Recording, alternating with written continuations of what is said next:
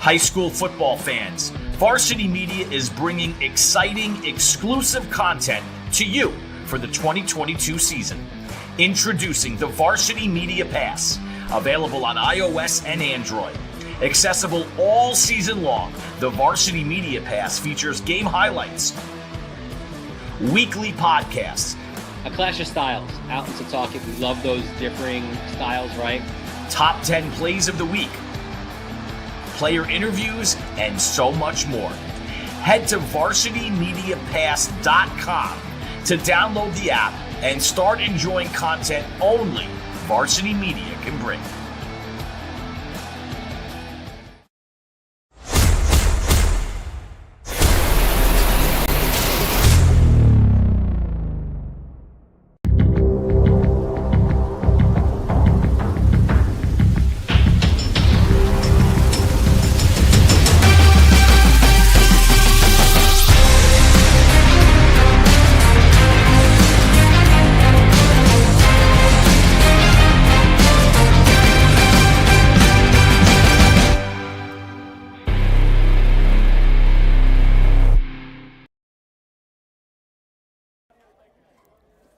Thank you for joining us at Cold Spring Harbor High School on Long Island, the site of tonight's pivotal Conference 4 game. The Seahawks were flying high a year ago, runners-up in Conference 4. Now they sit at just 1-4, missing star quarterback C.J. Riley and running back Bryce Kipnis due to injury and desperately needing a win. They faced an East Rockaway side led by a powerful two-headed attack at running back that's combined for over 1,000 yards on the year and will look to bully their way past the Seahawks on the way to a 500 record. It's Seahawks and Rocks right now on the Varsity Media Sports Network. I'm Gavin Shaw alongside former Farmingdale football coach, currently Farmingdale head lacrosse coach Mike Hungerford. Mike, an interesting matchup, two teams that are certainly going to show some hunger tonight, both really needing a win. Sure, absolutely. You only have an 8-game season, and you're on week 6 right now, so it's quickly coming to an end. And I think, the Cold Spring Harbor guys, it hasn't really gone the way they thought it envisioned it might go in the beginning. Injuries are always a part of the game, and if they could, get a win tonight, it could certainly change their season and flip their season a little bit. And for the East Rockaway guys, they're just going to come here, they're going to line up, and they're going to run the ball at you over and over and over again, eat the clock, play a very specific style of play. Coach Page has been doing it for quite a while, and see if they can come out of here with a win over Cold Spring Harbor. And that impressive East Rockaway run game led, of course, by their player to watch offensively in John Giannotti. He's missed a game and a half this year, but already up to 604 yards, 11 touchdowns, turns out over 7 yards per carry, and clearing the way for him is Chris Becker, the 6'3", 274-pound senior offensive lineman. Sure, I mean, you look at it, you look at Giannotti, and he's not the biggest guy, but combines really, really good feel for the holes, where to run, quickness, a lot of toughness, and he's got some big guys up front blocking for him. So that's going to be the challenge tonight of the Cold Spring Harbor defense being able to handle against the size of these Rockaway guys up front. And then for Cold Spring Harbor offensively, the number one name to watch is, of course, the sophomore quarterback, Sam Bruno. That's a lot of pressure replacing an all-conference performer in C.J. Riley, but Bruno's done a solid job so far, and he's going to get some help tonight with his star receiver, Caden O'Connor, returning from injury. Sure, it's great to have Caden O'Connor back for Sam Bruno. Bruno family, very well-known name in the Cold Spring Harbor athletic world here. The next Bruno, I guess you want to say, right? And missing C.J. Riley is obviously a big loss. Very one of the better senior athletes, I would say, maybe in Nassau County, multi-sport athlete heading to Michigan to play lacrosse. And hopefully they can get him back before the end of the season. But right now, it's going to be Sam Bruno's job to try to get a win here tonight at home. What do you see as the keys to the game in this one? Well, it's going to be, if you let East Rockaway manipulate the ball and have long possessions, you're not going to have it very much. You're not going to have very much possession. You're not going to have very many opportunities, I think what Cold Spring Harbor needs to do is get them in some long yardage situations, win on early downs, win on first down defensively, win on second down, put them in 3rd and 9, 2nd and 9, plays where they can, manageable, where Coach Page is looking at the play sheet trying to find something to run. And conversely, I think for the Cold Spring Spring Harbor guys, if East Rockaway doesn't have it, they can't do that to you, right? They can't manipulate the clock and dominate the game. But they're going to have to get some first downs and be able to move the ball themselves and find plays that I think that Bruno's comfortable running. And of course, getting O'Connor back at receiver is going to be a big help. And hopefully, we can throw it up to him a little bit, maybe get some big plays. East Rockaway, of course, led by that powerful offensive line from left to right. The weights are 180 pounds, 250 pounds, 210, 250, 274. Will be a lot for Cold Spring Harbor to contest with. But to your point, you get them into passing situations. As a team on the year, East Rockaway, they are just 7 for 30 passing the football for a total of 70 yards, no touchdowns, 3 interceptions. So that could certainly be something to watch for the Seahawks. Let's get a quick look right before kickoff at the standings in Conference 4. And Mike, you can see right away why this is such a pivotal game. Both these teams right next to each other in the 8th and 9th places in the conference. Sure, in a situation where there's 8 teams make the playoffs, right? You don't want to be 9. It's a tough place to be. And with 3 games to go, though, the power points become more accurate the more games you play. The closer you get to 8, the more accurate the points become and the more they change. So this game will obviously affect the points. And Sunday morning, if you look at Newsday and pick up the paper, you can see the points will obviously change a lot again with 1 more week of games. It'll be Michael Schmidt to kick it off for Cold Spring Harbor. The senior stands at 6'3", 190 pounds, and he'll be sending it deep to that pair of running backs in John Gianardi and Lucas Cortazar. And it's taken by the star Giannotti, who's streaking down the left side. Giannotti cutting middle, parting the Red Sea. He will not be caught. A touchdown to open the ball game for East Rockaway. Wow, Giannotti right on cue, right? Showing a couple of things we talked about in the opener, showing some definitely power. I mean, not being touched really, but power, getting that speed up and that powerful running style for his body type. That's some run, some good blocking up front, and off he went. And what a way to return from injury for John Giannotti again. He was up there in the mix for the best running back on Long Island for the first 3 weeks of this season, and he shows you why on that opening kickoff return. And if you're Cold Spring Harbor, to your point, that's exactly what you I mean, obviously you don't want to kickoff return for a touchdown, but particularly dangerous with a team that controls the ball like East Rockaway. Yeah, I think they kicked it on the ground, trying to keep it away from them, and meanwhile, they're going to go for 2 here, it looks like. So Tyler Highland under center at quarterback. Looks like Highland will keep it. He already has 1 2-point conversion on the season. Will not have another as he stopped just short. Sure, just getting back, where we were before, Gavin, about, the fact that they tried to kick it away from him, and I guess they kind of rolled to him, and they let him kind of handle it, and off he went. Just explosive speed for John Giannotti. Will step aside on the Varsity Media Sports Network. An early 6-0 lead for the Rocks. You're watching the Varsity Media Sports Network, the home for New York high school sports. Teed off by shoulder pain? We've got specialists for that. Realizing you've pulled out more than weeds? We've got specialists for that. Doing the twist making you shout? We've got specialists for that. Orland & Cohen's top orthopedic team has specialized expertise and extensive training from the nation's premier programs in sports medicine, knee, shoulder, hip, spine, hand, foot, and ankle. So you can feel better, faster.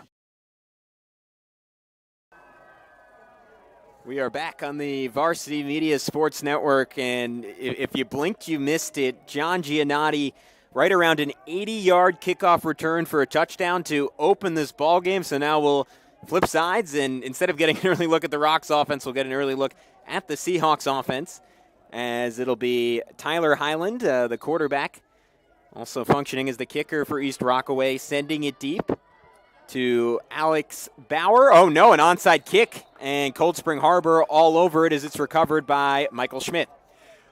What's going on here, guys? Yeah, exciting story, right, Mike? 3 plays here. We've had a lot go on here. So we've had a kickoff return for a touchdown, a failed 2-point conversion, and now an onside kick. I actually like it. I like the idea. All of a sudden you kind of, have maybe the Cold Spring Harbor guys on their heels a little bit. Maybe you go for the jugular, if you're saying early on a little bit, and go for the onside kick. But great recovery there for Cold Spring, and they get excellent field position to start the game off on their 48. And obviously, you don't like the early deficit for your young quarterback, but the favorable field position takes a little bit of that pressure off. No doubt. So Bruno with 3 in back of him will come out throwing the football, chucking one down the field. They're looking for O'Connor right away. O'Connor nearly made a spectacular catch, trying to elevate over the coverage of Lucas Cortazar, but couldn't quite come down with it. I like that. Go big right away on the first down. Throw it up there to your star receiver who's back from injury and see if he can go up and high point the ball. And he almost came down with it. You can see he has decided height advantage there, over the defensive back there. So that's a pretty good decision. A well-thrown ball by Bruno on his first play. So a quick look at the starting offense for Cold Spring Harbor. We already told you about Sam Bruno, Alex Bauer, also a youngster, a sophomore at running back, Caden O'Connor back from injury, flanked by Kyle O'Grady, Thomas Samuels at wide receiver, and then just 2 starters back on that offensive line for Cold Spring Harbor. Reagan Riley and Dan D'Amelio are the 2 leaders there, as Cold Spring Harbor will rush it, and they'll get just past midfield on the carry to Alex Bauer. Sure, I mean, we're going to look at the defense, I think, now, Gavin, right? Yeah, we'll take a quick look at the East Rockaway D. Chase Vertuccio leading the way on the defensive line, 3.5 sacks on the season. Chris Becker, obviously a force there as well. Anthony Grimaldi, a youngster they really like at the linebacker position. And, of course, John Giannotti leads the team in tackles with 30 at the safety position. Giannotti, a really big two-way force for him right there, playing safety in the running back spot. Very, very good player. Heart and soul of the team on both sides of the field, according to head coach Russ Pager. So crucial 3rd down for Cold Spring Harbor. Bruno will try and run it on the little end around, will weave his way through a couple of white jerseys, but will not get to first down yardage. And that has to bring at least a little bit of an interesting decision here for John Mendreski. We obviously saw the Rocks already notch a score on the board. 4th and medium. Do you think at all of going for it in this situation, Mike, or too far away? It all depends what your philosophy is of the game and what you think you need to win the game. They're going to punt it here. I think that's a good decision. They had a quarterback keep out of the power I before that, quarterback sweep out of the power I, and make the field really long here. It'll be Sam Bruno, and he gets a beautiful kickoff as Cold Spring Harbor will touch it down on the 16, so a long way to go for East Rockaway. Sure, I think it's a really good decision, really safe, sound football decision, situational football, right? You're going to give them a very short field down 7-0 with the risk of being down 2 scores, or do you want to try to make them go the distance? Really nice punt there by Bruno, and they got a pretty long field, over 80 yards to travel. So I like that smart move. And let's look at that East Rockaway offense. Tyler Highland at quarterback. You've already seen the exploits of John Giannotti, but Lucas Cortazar, a star at running back in his own right, over 400 yards on the year. Colin Sharkey has gotten going at the fullback spot, carrying the football the last couple of weeks. Pair of big tight ends in Frank Passanini and Chase Vertucci. Lots of options offensively, though Cold Spring Harbor all over that first carry to Cortazar, with David Stern on the tackle for the Seahawks. And now a look at the Cold Spring Harbor defense. James Howell, converted quarterback at defensive end. Grayson Meek holding down the interior. Reagan Riley, also a big player on the D-line. Sam Bruno leads that linebacking core, and they're very happy to have Caden O'Connor back at cornerback in addition to wide receiver. Sure, I think no matter what you play defensively, when you play a team like East Rockaway and they run offense out of this wing formation, you have to adjust your defense a little bit to handle it. As the give is right up the middle this time. A late push. Oh, wow. Look at that from East Rockaway. He was down after maybe an inch, and the offensive line comes in and changes the tide all the way for a first down. Tremendous push up front. He didn't get him a lot on the initial at the fullback right there, but they kind of keep pushing the pile a little bit, and there it goes. Yeah, so it was Colin Sharkey, the fullback, who we were just saying has really come on. Only had about 30 yards the first 3 weeks of the season. Last 2 weeks has combined for 113, including a 60-yard run a week ago. They'll go right back to the ground game. Cold Spring Harbor wins the battle on the interior this time around. Well, you can see right now that East Rockaway trying to really establish the inside of the offensive and the running game inside, and that's going to set up your outside game. If you can run inside a little bit, get the fullback, maybe the quarterback, opened up there on the inside with the follow, then maybe your option game come, your outside veer, your sweep, toss, those kind of plays come off of being able to run the ball inside. defensively against a double wing team, what kind of cues are you looking for in terms of like who's getting the football? Well, it's obviously there's two halves of the field right now. There's the defenders on each side. You got to play your half. If something's going away, something might be coming back. Keep your eyes on what's coming and be able to play your half of the field. Highland rolling out, showing some speed and nearly dragged down by his shoulder, then takes a tough hit down from an opposing Seahawk. Couple of different defenders in the vicinity there. Looked like Dan D'Amelio who finally got the quarterback. Reagan Riley with some good pursuit right there for the big lineman right there. Coming down the line of scrimmage trying to get after the quarterback. That was a big hit as Highland was trying to change his momentum, and Riley just right there to meet him and lay the smack down. Riley, a junior, already over 200 pounds. What's Cold Spring Harbor now, it's third and about 4, but about 4.5. They can get a stop here. They'll probably get the ball back. So this time they'll toss it outside to Cortazar. Cortazar racing to get the edge, cutting it up the field, a first down and more for Lucas Cortazar, the junior. Nice run for the first down there, and you can see they're establishing the inside a little bit, and now they're going to toss it and get to the outside and try to get the edge sealed. And if you're Cold Spring Harbor defensively, you're going to have to fight those reach blocks, and you're going to have to get downhill a little bit and not let them turn the corner there. Keep them going east-west.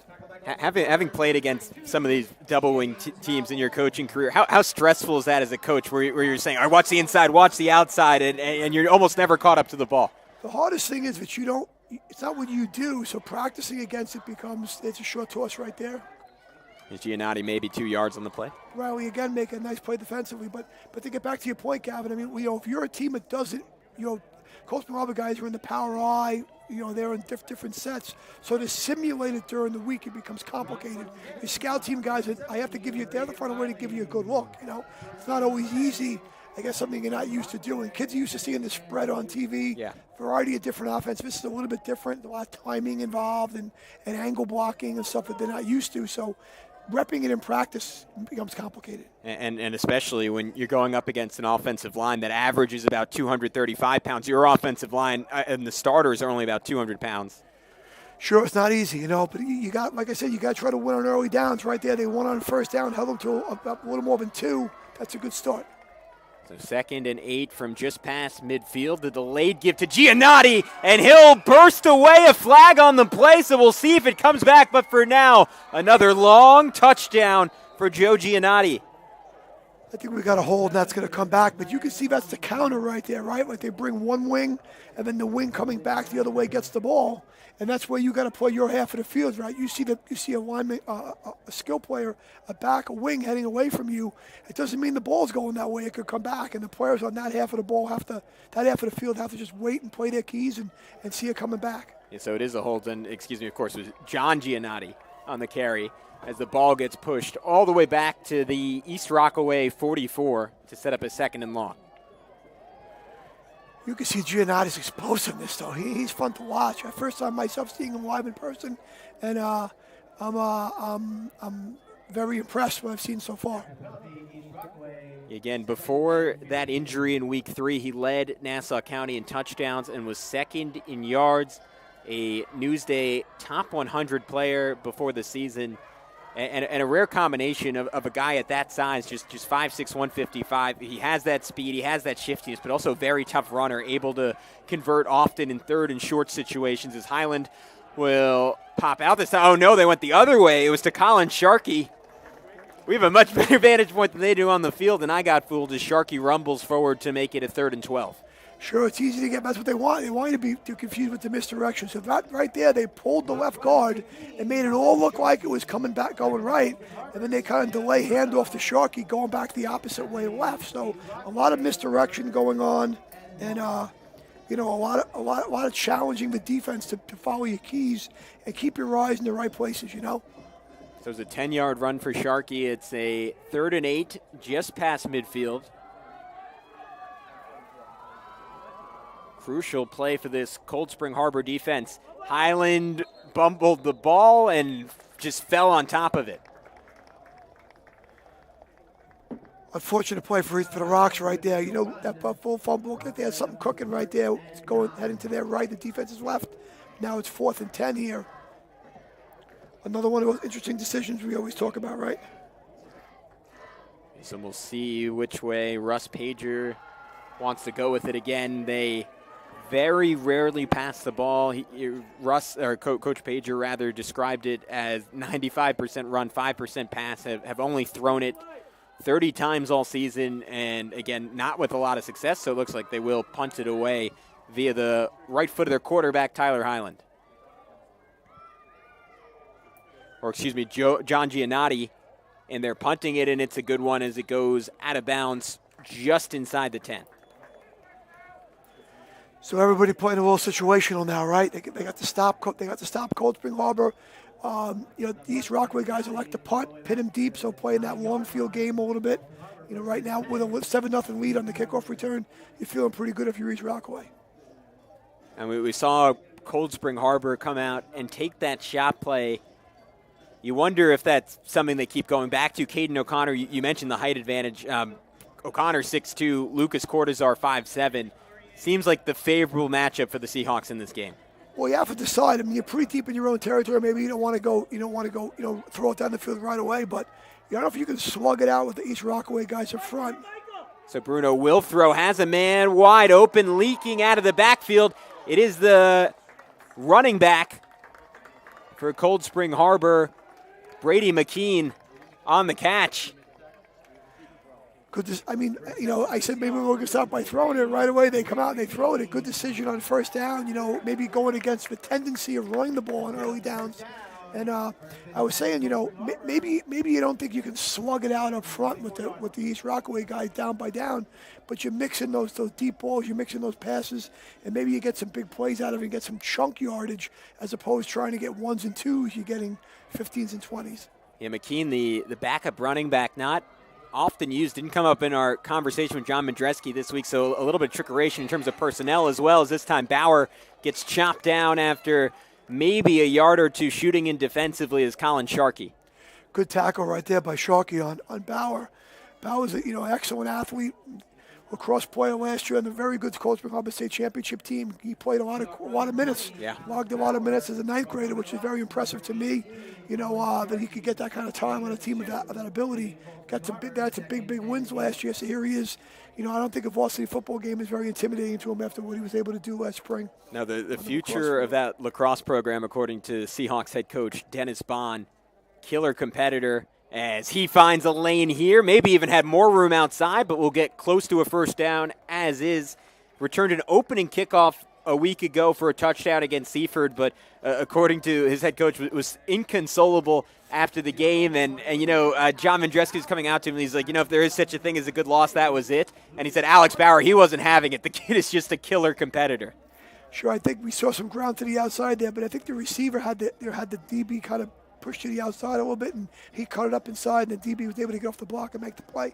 That was a nice tackle, and you have a very manageable 3rd and 2 here for your Cold Spring Harbor. And early in this, as the first quarter slowly won into a close, kind of a big play right here for Cold Spring. You feel it's still deep in your own territory. You'd rather not give the ball right back to the Rocks right away. Bruno giving it to Bauer. Bauer possibly just got the first. It's going to be very close. I think he leaned that ball right over, and he's able to get it. You can see Bauer, good job right there of first down recognition. What do you have to get the first down, right? What do you need? Injured player down for the Seahawks, so we'll step aside on the Varsity Media Sports Network. East Rockaway up by 6 early. You're watching the Varsity Media Sports Network, the home for New York high school sports. High school football fans, Varsity Media is bringing exciting, exclusive content to you for the 2022 season. Introducing the Varsity Media Pass, available on iOS and Android. Accessible all season long, the Varsity Media Pass features game highlights, weekly podcasts, A clash of styles, out in Setauket. We love those differing styles, right? top 10 plays of the week, player interviews, and so much more. Head to varsitymediapass.com to download the app and start enjoying content only Varsity Media can bring.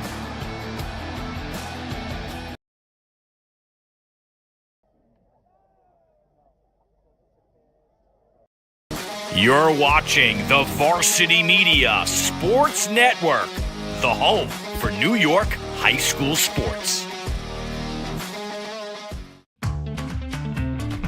Teed off by shoulder pain?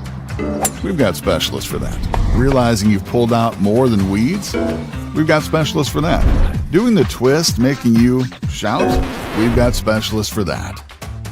Orland & Cohen's top orthopedic team has specialized expertise and extensive training from the nation's premier programs in sports medicine, knee, shoulder, hip, spine, hand, foot, and ankle. So you can feel better, faster. So Michael Alcamo is the injured Seahawk, a 5'10", 220-pound senior playing left guard, and unfortunately for Cold Spring Harbor, it's been a season defined by injury, losing their star running back Bryce Kipnis to a torn ACL the first game of the year, losing star quarterback C.J. Riley to a concussion and a broken finger the second game of the year. Also out is their captain at center in Carlos Menino.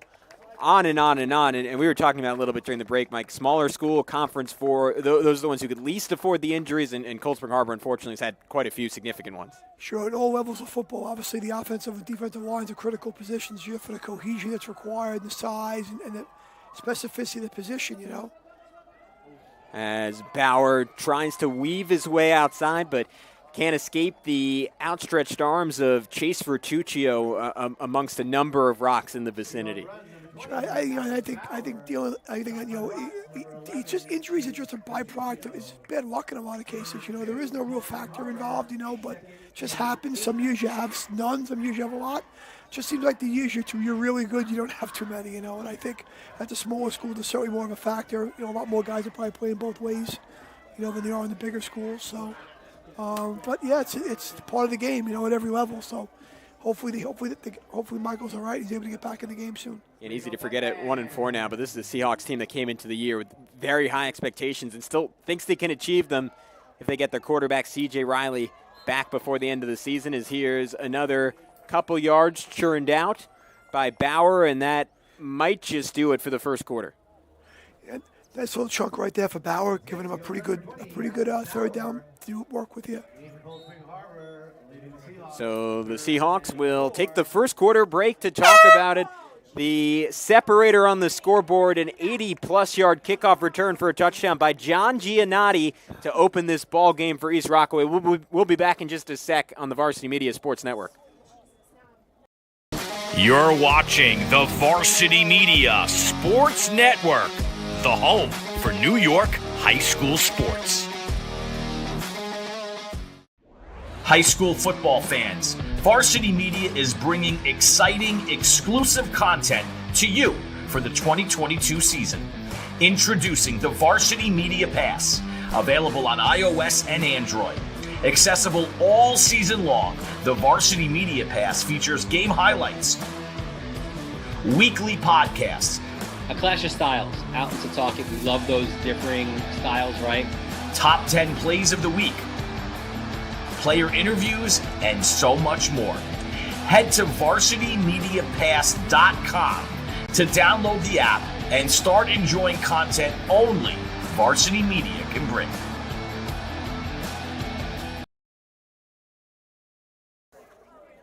Back on the Varsity Media Sports Network, you see the green shirt on John Mandreski, the Cold Spring Harbor coach. Unfortunately, a tragic story behind it.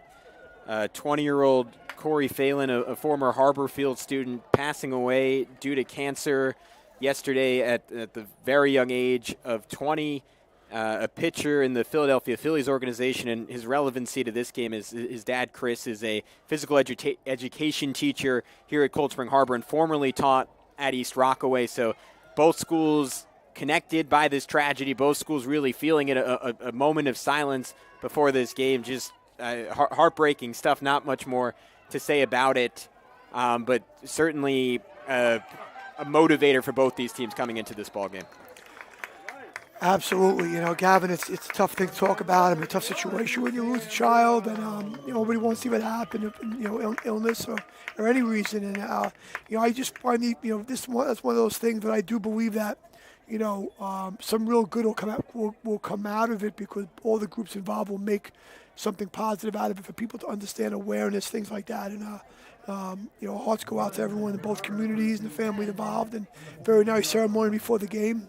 By Mr. Bongino, the AD here, did a really nice job. And hopefully, going forward, his memory will serve some good for some other people. Yeah, it was nice. I mean, not nice, but talking to Russ Pager about it this week, and you could tell it really, really hit him, and you can see Cold Spring Harbor, all of the green shirts on under the jerseys, as we just saw Sam Bruno race for a first down, and this time he'll give it to his fellow sophomore, Alex Bauer, who will go down hard as this East Rockaway defense is flying around Anthony Grimaldi. That was sophomore on sophomore violence that time. Well, I think one of the issues you have is, that's a little bit of youth from Bauer right there. I think he didn't see the inside open up, and he started going east-west and wasn't having shoulder pads squared up, and that's how you get hit up pretty good sometimes, And as he gets a little bit older playing on this level, he'll start to feel that, when you don't think you have a lot, get north-south, square your pads, get low, take what you can get, and don't let that happen to you if you can avoid it. So sets up a 2nd and 12 with the ball on the East Rockaway 45. Bruno will throw it under pressure this time as Vertuccio applying the heat. Bruno just getting off a pass and overshooting his intended target on the far side of Thomas Samuels. Great play, but tremendous rush by the Rocks, and Bruno got out of trouble a couple different times, 2-3 times.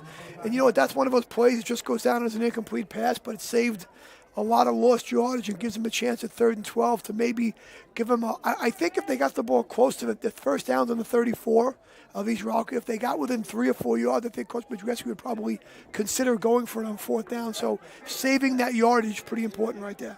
Yeah, it was, again, Chase Vertuccio, who leads the Rocks with 3.5 sacks and 7 quarterback hits on the season, applying the initial pressure, and then Bruno avoided him and ran right into the waiting arms of Chris Becker, who stands at 6'3", 275, and took a pretty nasty shot. Obviously, it's imperative that Bruno stays healthy, already down C.J. Riley at the quarterback spot. Sure, I think they're going to be pretty – you got a timeout here. I think the Coach Harbor guys have a little trouble getting the play organized, but I think they probably have to be judicious in what they do with Bruno, given the situation of the backup quarterback situation. And Mike, what do you generally do in this situation? You lose your star quarterback. You have a sophomore coming in who, to be clear, was not the backup quarterback to start this season. That was James Howell. Howell told the coaching staff he actually preferred to stick on the defensive line. And all of a sudden, you're down to your 3rd-string guy. Even if he's talented, how do you get someone like that ready very quickly? It's not easy, you probably have to just start out with, he's a very good athlete, can do certain things, and you probably just have to figure out what he can do in practice, what package of plays you want to run, and work from there. And I know, just talking to John Mendrensky, he said the emphasis with Sam Bruno was continuing to work on his mechanics and just very, simple things, but also very important things like making sure he gets to the right spots on his sprint outs, how much depth they want, keeping his shoulders downhill when he's throwing.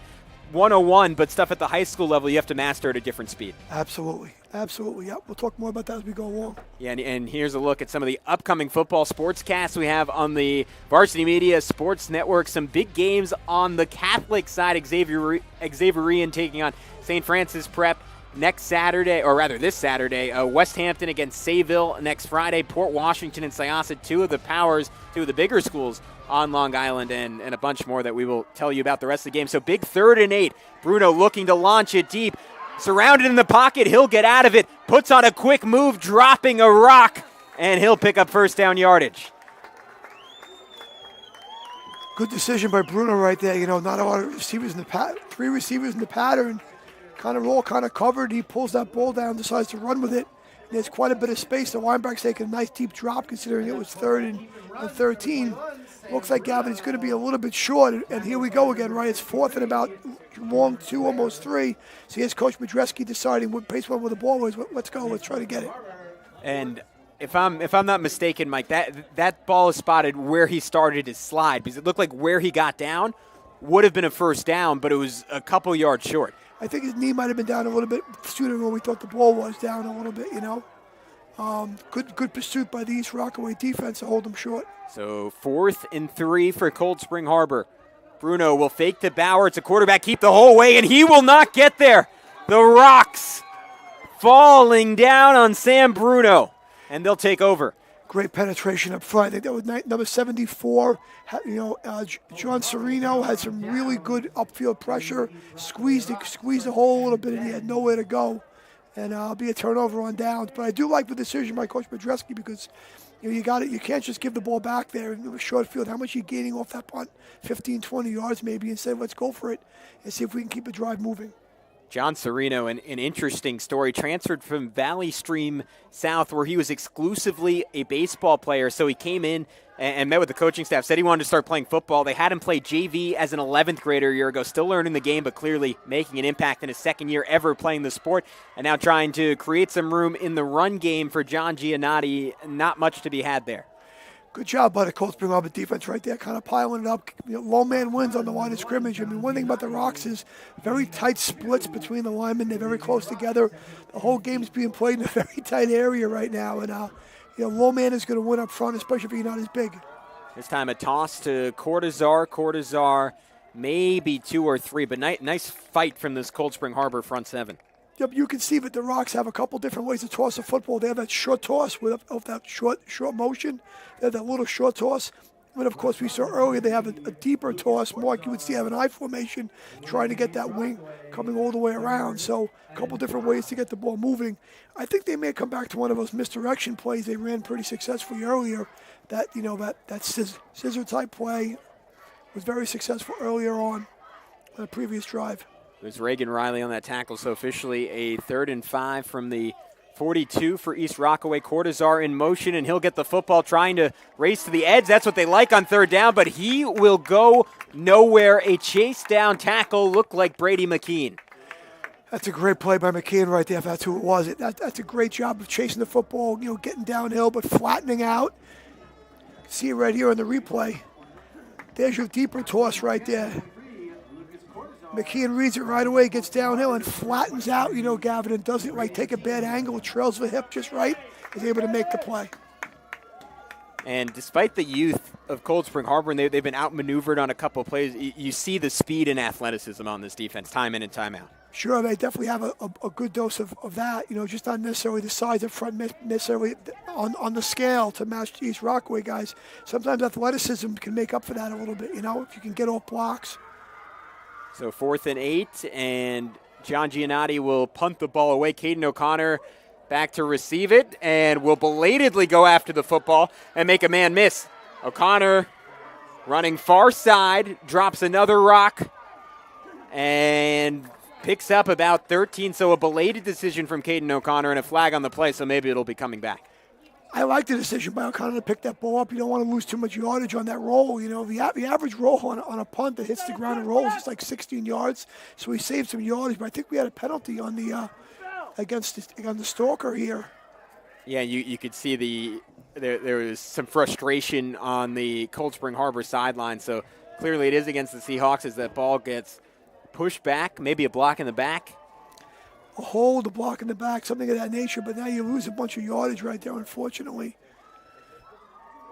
And again, another tough position to put Sam Bruno in through a quarter and a half of play. Just one completion for the sophomore, shown off his wheels, but this Cold Spring Harbor attack is yet to push the football down the field. The good news is for Cold Spring Harbor is defensively they've done a good job with with playing defense. They haven't given up a touchdown here yet, and they've controlled the East Rockaway offense. Just have to get something going here a little bit.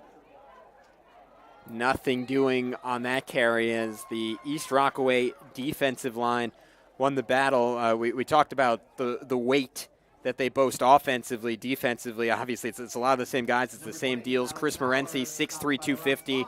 Chris Becker, 6'3", 275 in the middle of that defense.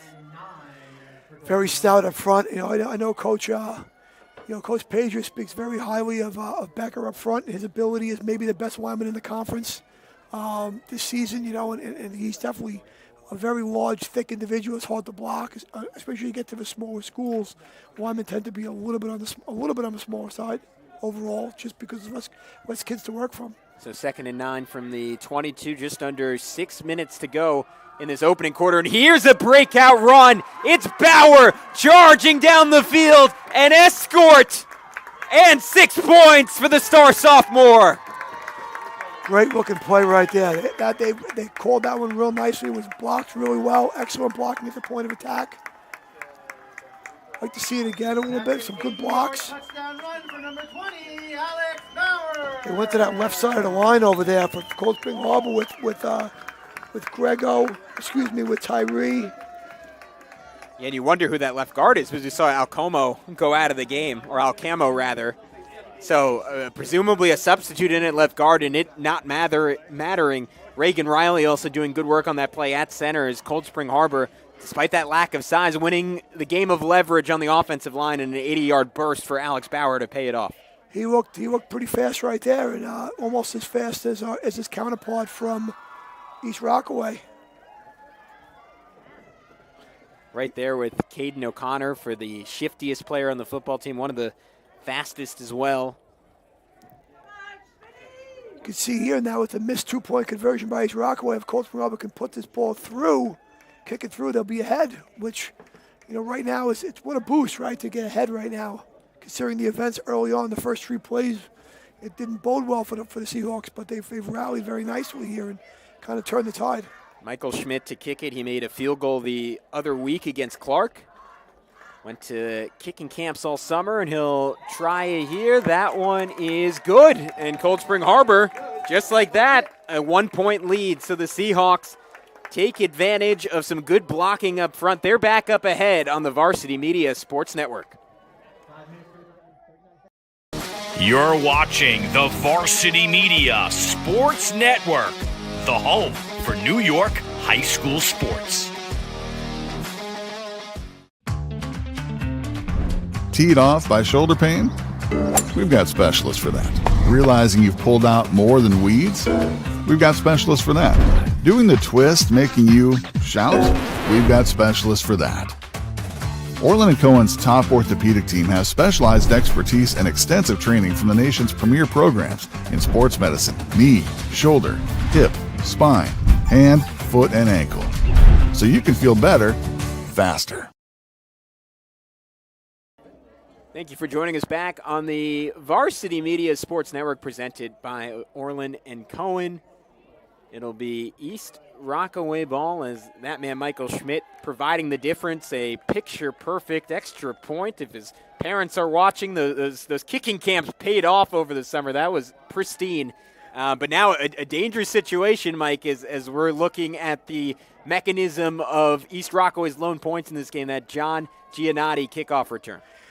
Well, a couple things you can do with the kickoff. When he kicked it on the ground pretty hard before, and it went back pretty far. I think you have to kick it not as hard, and maybe it doesn't go nearly as far. There it is. And that's exactly what they do. So it'll just be taken for a couple of yards on the return by Frank Passanisi. And Cold Spring Harbor, even though it's good starting field position for East Rockaway, they'll take that and not have John Giannotti with a chance in the open field. Absolutely. They've played a few good possessions of defense, the Cold Spring Harbor defense, and they've got a good handle, I think, on some of the things. Remember, East Rockaway did score a touchdown, but it got called back on that hold on the inside. So they've got a pretty good handle on what East Rockaway's running. So let's give them the ball on the 41, not a 2-point conversion point, right? 5:33 to go in the half. This feels like a defining possession of this ball game with Cold Spring Harbor snatching momentum. A direct snap to John Giannotti. Flag on the play. Giannotti lightning on the perimeter, first down yardage, but pending the flag. That's going to come back. I think that was James. It was Howell there playing defensive end right there, getting up the field, trying to box it in. I think that he was held, and that's going to come back. Great call. Was a hold. Will be coming back. An interesting wrinkle, though, that time around for Russ Pager. Direct snap to John Giannotti. Sure, using Giannotti. Some people called out the wildcat type of a thing, but I just think, that's becoming, to me, an overused term. It's just a package of plays you have that where your running back is taking the snap. And if you reach Rockaway, they don't throw the ball much anyway, so he's just another part of the quarterback, playing quarterback. So instead of having the quarterback, unaccounted for in the run game now the quarterback, he's just running around with it. It's just a part of your offense, as opposed to the old term wildcat, which dates back a little bit now to when, you put running backs in there. And he had special plays, out of a formation. Now I think people are just running their offense with a different player or quarterback. I remember growing up for me, it was those Arkansas Razorback teams, Darren McFadden, Felix Jones, they kind of popularized it, at least in the 2000s, as Giannotti will popularize it right here. Oh, quick twist inside, and then a hard hit from the back end will propel him forward past the original first down yardage. Brady McKean caught up to him, but not before Giannotti laid some moves on the Seahawks defense. Yeah, you can see Giannotti's quickness right there and his ability to make some cuts in the open field right there. And great pursuit, though, by McKeon, and he really could put him a good shot on him from behind. Those are those spots sometimes when the ball gets fumbled, right? Those hits from the back you don't see coming. But he held on to it there. And McKean, a sophomore in his own right, has been a standout on both sides of the ball, as Giannotti gets just a couple there. If you're East Rockaway, you're used to playing this brand of football, right? And it's close to the vest. You might want to say conservative, people want to call it, but it's your offense. Once you're running your stuff you work on. And I think you're also banking on that it's going to take a toll over the course of the game. It's about 4 minutes on the clock now before coming into halftime.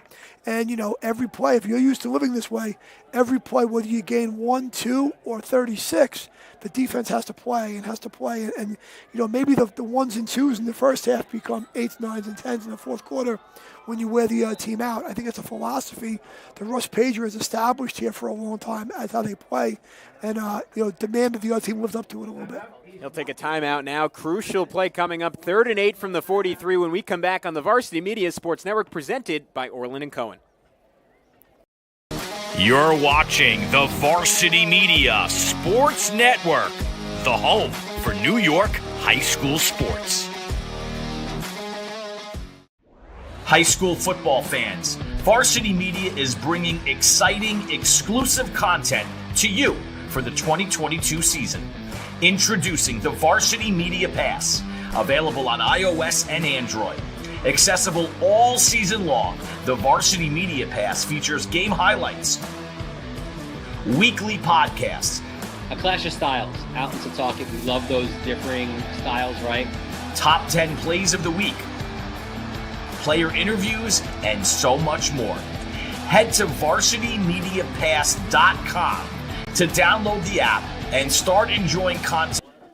So 3rd and 8 from the 43 for the Rocks. Here we go. Tyler Hyland coming out to pass a bomb down the field and pass interference. And that'll be a first down for East Rockaway as Tyler Hyland was trying to get it to Christian Barth. And Cold Spring Harbor didn't really trust themselves in coverage and never turned back to the football. I think the mistake they made was they had plenty of defenders around by the ball, and the problem was they just didn't play the ball. They played the man instead, And I think they was afraid of him catching it, but instead of trying to get your head around and play the ball, they played the man. But it's a 15-yard penalty. It's not a spot foul like in the NFL would be, or so. It's just a first down. Yeah, you could see Luke Corbin just trying to recover, and I think he didn't know where the football was. And battling forward for maybe 2 yards on the play was Chase Vertuccio.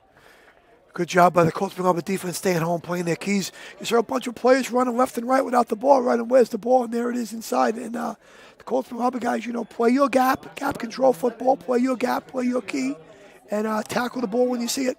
Grayson Meek just came on for Cold Spring Harbor, and Lucas Cortazar maybe halfway to a first down. So right now it's going to be 3rd down, and the clock is under 3 minutes and running. So, clock's getting a little short. The Rock's going to have to maybe move a little bit quicker in and out of the huddle because the time's getting short. They have 2 timeouts left, I believe. So, if the scoreboard is correct. And we've seen them go to the perimeter most often on third down. Last time out, Cold Spring Harbor right on top of it. Brady McKean, that big tackle defensively. So we'll see which direction they head this time. And the handoff inside, and a big push on the interior will provide first down yardage for East Rockaway. That was your scissor action back, right? There's your scissor action coming back, looking one way, handing it back the other way. He cut it back a little bit once in the hole and got first down. There it is, coming back. He was able to cut it back a little bit and get first down yards. Now they're going a little bit quicker here. You can see here. Trying to just weigh down this Cold Spring Harbor defensive line. Another one of those inside gives. A great throw from the official on the flag. Giannotti got about 6, but that could come back. While they're sorting out this flag, Mike, can you explain what is scissor action? Scissor is like if a player, I call it scissor. It's got a lot of different names to it. Maybe I'm dating myself a little bit, but a player coming around, the wing coming around in one direction, and then they're handing the ball back inside in the other direction. So the quarterback is like spinning himself around and handing it back off. So it's getting the defense leaning one way maybe, and then the ball's coming back the other way. So, misdirection, counter type plays, I think they've been pretty successful on those. But right now you have a penalty. They had 2 men in motion before the ball was snapped, which is illegal. You can motion one man, you can't motion two. And there's the timing that goes on with the run plays, and you're in this offense, right? Tremendous, timing needed. So quick snap. Highland looking to throw again. We'll get it out fast, and a catch by Vertuccio, 6'2", 217 pounds, pushed out of bounds halfway to first down yardage. Big target, a little waggle action right there, a little play action right there, roll out. And for Tyler Highland, this is already his most productive game as a passer this season, or just about. Again, coming into the night, just 5 completions on the year, 43 yards, 3 interceptions, drawing that PI, getting that to get close to a first down yardage. It's a bit of progress in this passing game that, again, they're not asked to throw a lot, but has been anemic on the year. Yeah, Vertuccio right there, big target, gets open on like a more, I said waggle, it really was like a multi-level flood right there, and he was the low man, and he's open, big body to throw to. Now toss to Cortazar. Looked like Cortazar had the edge for a second. Now forced back inside and will not escape as the Seahawks surround the ball. James Howell on the tackle. It was lost, but the officials say the player down before the ball popped out. I couldn't see if the ball got out before he was down, but I'll tell you this much. Howell is doing a great job playing defensive end. It's not an easy job on these perimeter plays. Do you squeeze? You think the ball might be going away from you? Do I squeeze down? He kind of stayed home. His shoulder pads were squared of a line of scrimmage. He played off the blocker and made a great play. That's textbook stuff right there, and that's really the key to the whole thing. That might have been a break for East Rockaway. I need to see it one more time, but it looked like that ball might have been out. Instead, a 3rd and 9 from the Cold Spring Harbor 30. A trick play, a double handoff. Cortazar only getting 2 yards on it. It might have been more effective if Giannotti had just kept the football there. Well, either way, it's 4th down, it looks like, and East Rockaway really might not be in a rush right now. Clock is running. They might be willing to go to halftime. And at this point, do you even risk throwing the ball in this situation, given the issues you've had in that respect throughout the season?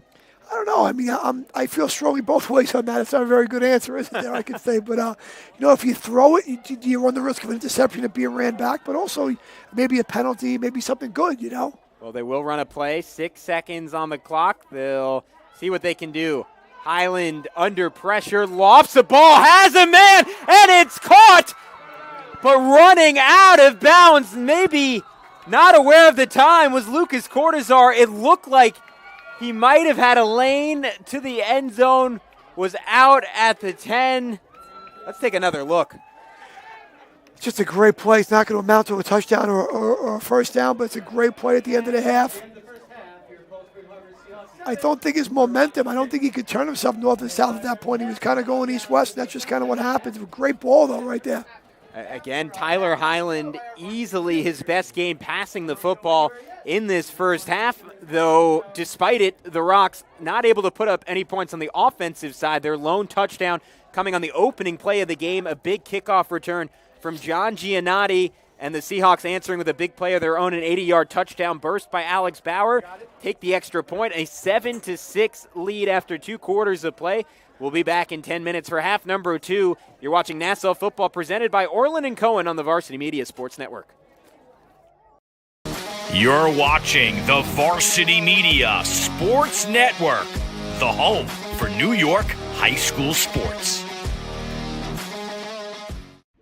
High school football fans, Varsity Media is bringing exciting, exclusive content to you for the 2022 season. Introducing the Varsity Media Pass, available on iOS and Android.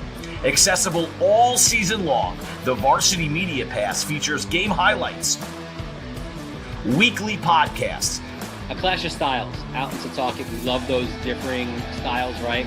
top 10 plays of the week, player interviews, and so much more. Head to varsitymediapass.com to download the app and start enjoying content only Varsity Media can bring. Varsity Media covers every sport at every level from every angle. Game film, recruiting videos, highlight videos, sportscasts. That's complete, first down and more. Touchdown Oceanside. Photography, live streaming. You name it, we offer it. Don't leave your video needs to amateurs. Trust the pros.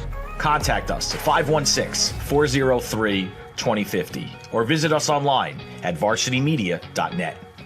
If you're an event organizer looking for a media company to cover live streaming, action photography, and game video for your event, look no further. Varsity Media travels throughout the Northeast covering weekend tournaments, showcases, and championships. Contact us today to learn about our services and packages at 516-403-2050 or visit us online at varsitymedia.net. For the best action shots and the best angles, look no further than Varsity Media. Our experienced photographers capture your athletes' best moments right from field level. Plus, we offer great keepsakes like bobbleheads, posters, plaques, and prints. For more information about Varsity Media's photography services, contact us at 516-403-2050 or visit us online at varsitymedia.net.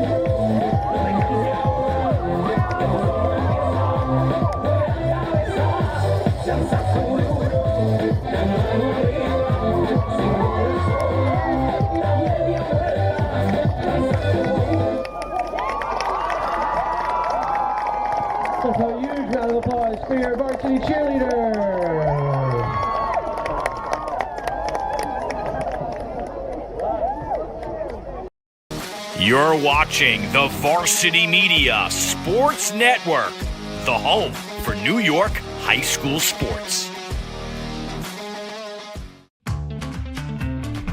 Teed off by shoulder pain? We've got specialists for that. Realizing you've pulled out more than weeds? We've got specialists for that. Doing the twist making you shout? We've got specialists for that.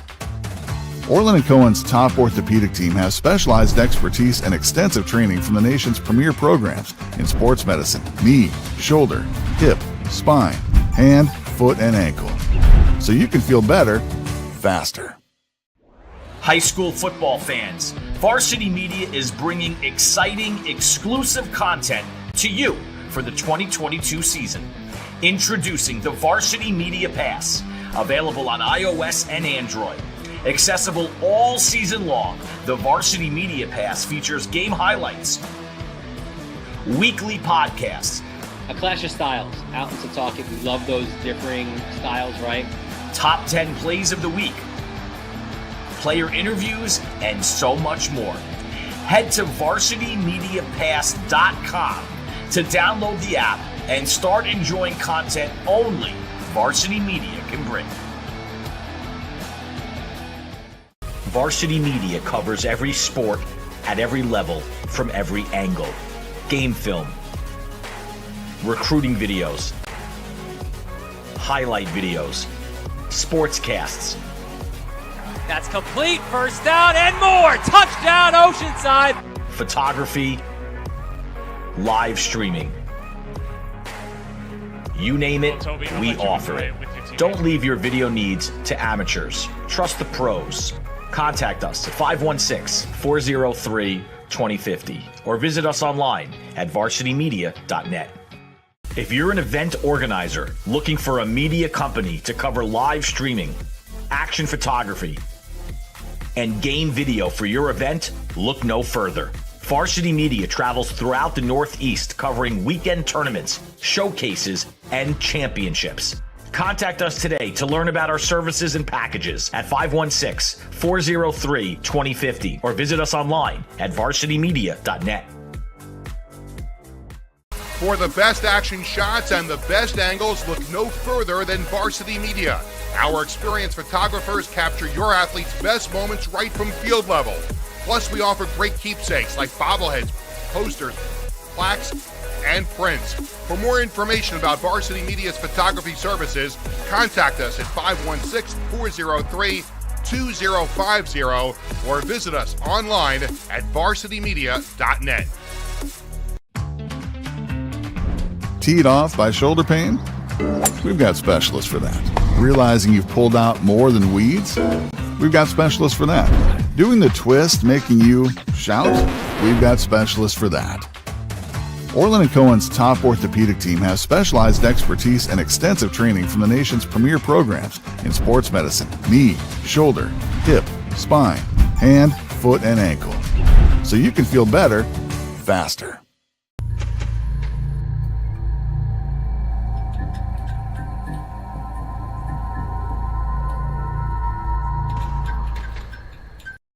Varsity Media is the tri-state area sports leader.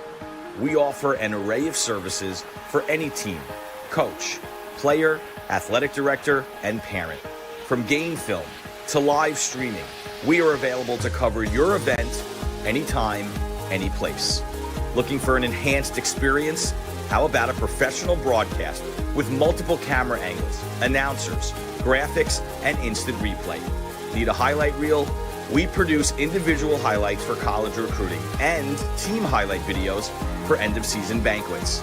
And when it comes to social media, nobody has you covered better than us. Hype videos, sideline highlights. We can tailor custom videos to make your team stand out on Facebook, Instagram, and Twitter. Why waste your time dealing with anyone else? When it comes to sports video, Varsity Media stands alone. Contact us at 516-403-2050 or online at varsitymedia.net.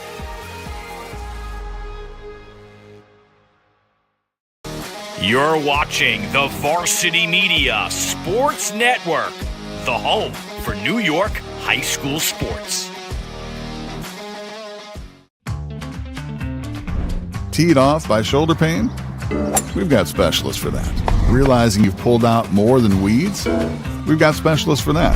Doing the twist making you shout? We've got specialists for that. Orland & Cohen's top orthopedic team has specialized expertise and extensive training from the nation's premier programs in sports medicine, knee, shoulder, hip, spine, hand, foot, and ankle. So you can feel better, faster. High school football fans, Varsity Media is bringing exciting, exclusive content to you for the 2022 season. Introducing the Varsity Media Pass, available on iOS and Android. Accessible all season long, the Varsity Media Pass features game highlights, weekly podcasts, A clash of styles, out in Setauket. We love those differing styles, right? top 10 plays of the week, player interviews, and so much more. Head to varsitymediapass.com to download the app and start enjoying content only Varsity Media can bring. Varsity Media covers every sport at every level from every angle. Game film, recruiting videos, highlight videos, SPORTSCASTs. That's complete. First down and more. Touchdown, Oceanside. Photography, live streaming. You name it, we offer it. Don't leave your video needs to amateurs. Trust the pros. Contact us at 516-403-2050 or visit us online at varsitymedia.net. If you're an event organizer looking for a media company to cover live streaming, action photography, and game video for your event, look no further. Varsity Media travels throughout the Northeast covering weekend tournaments, showcases, and championships.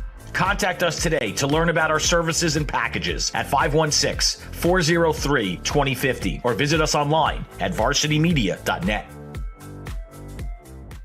For the best action shots and the best angles, look no further than Varsity Media. Our experienced photographers capture your athletes' best moments right from field level.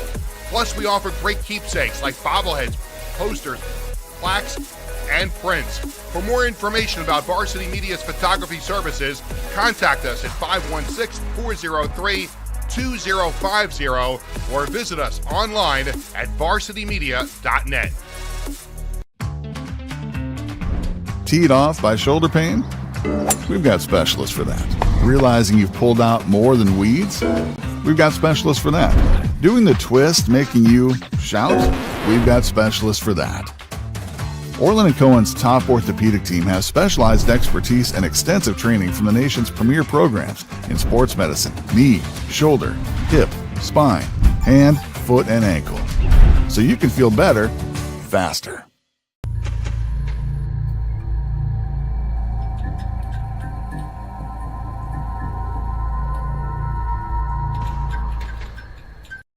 Varsity Media is the tri-state area sports leader. We offer an array of services for any team, coach, player, athletic director, and parent. From game film to live streaming, we are available to cover your event anytime, any place. Looking for an enhanced experience? How about a professional broadcast with multiple camera angles, announcers, graphics, and instant replay? Need a highlight reel? We produce individual highlights for college recruiting and team highlight videos for end-of-season banquets. And when it comes to social media, nobody has you covered better than us. Hype videos, sideline highlights. We can tailor custom videos to make your team stand out on Facebook, Instagram, and Twitter. Why waste your time dealing with anyone else? When it comes to sports video, Varsity Media stands alone. Contact us at 516-403-2050 or online at varsitymedia.net.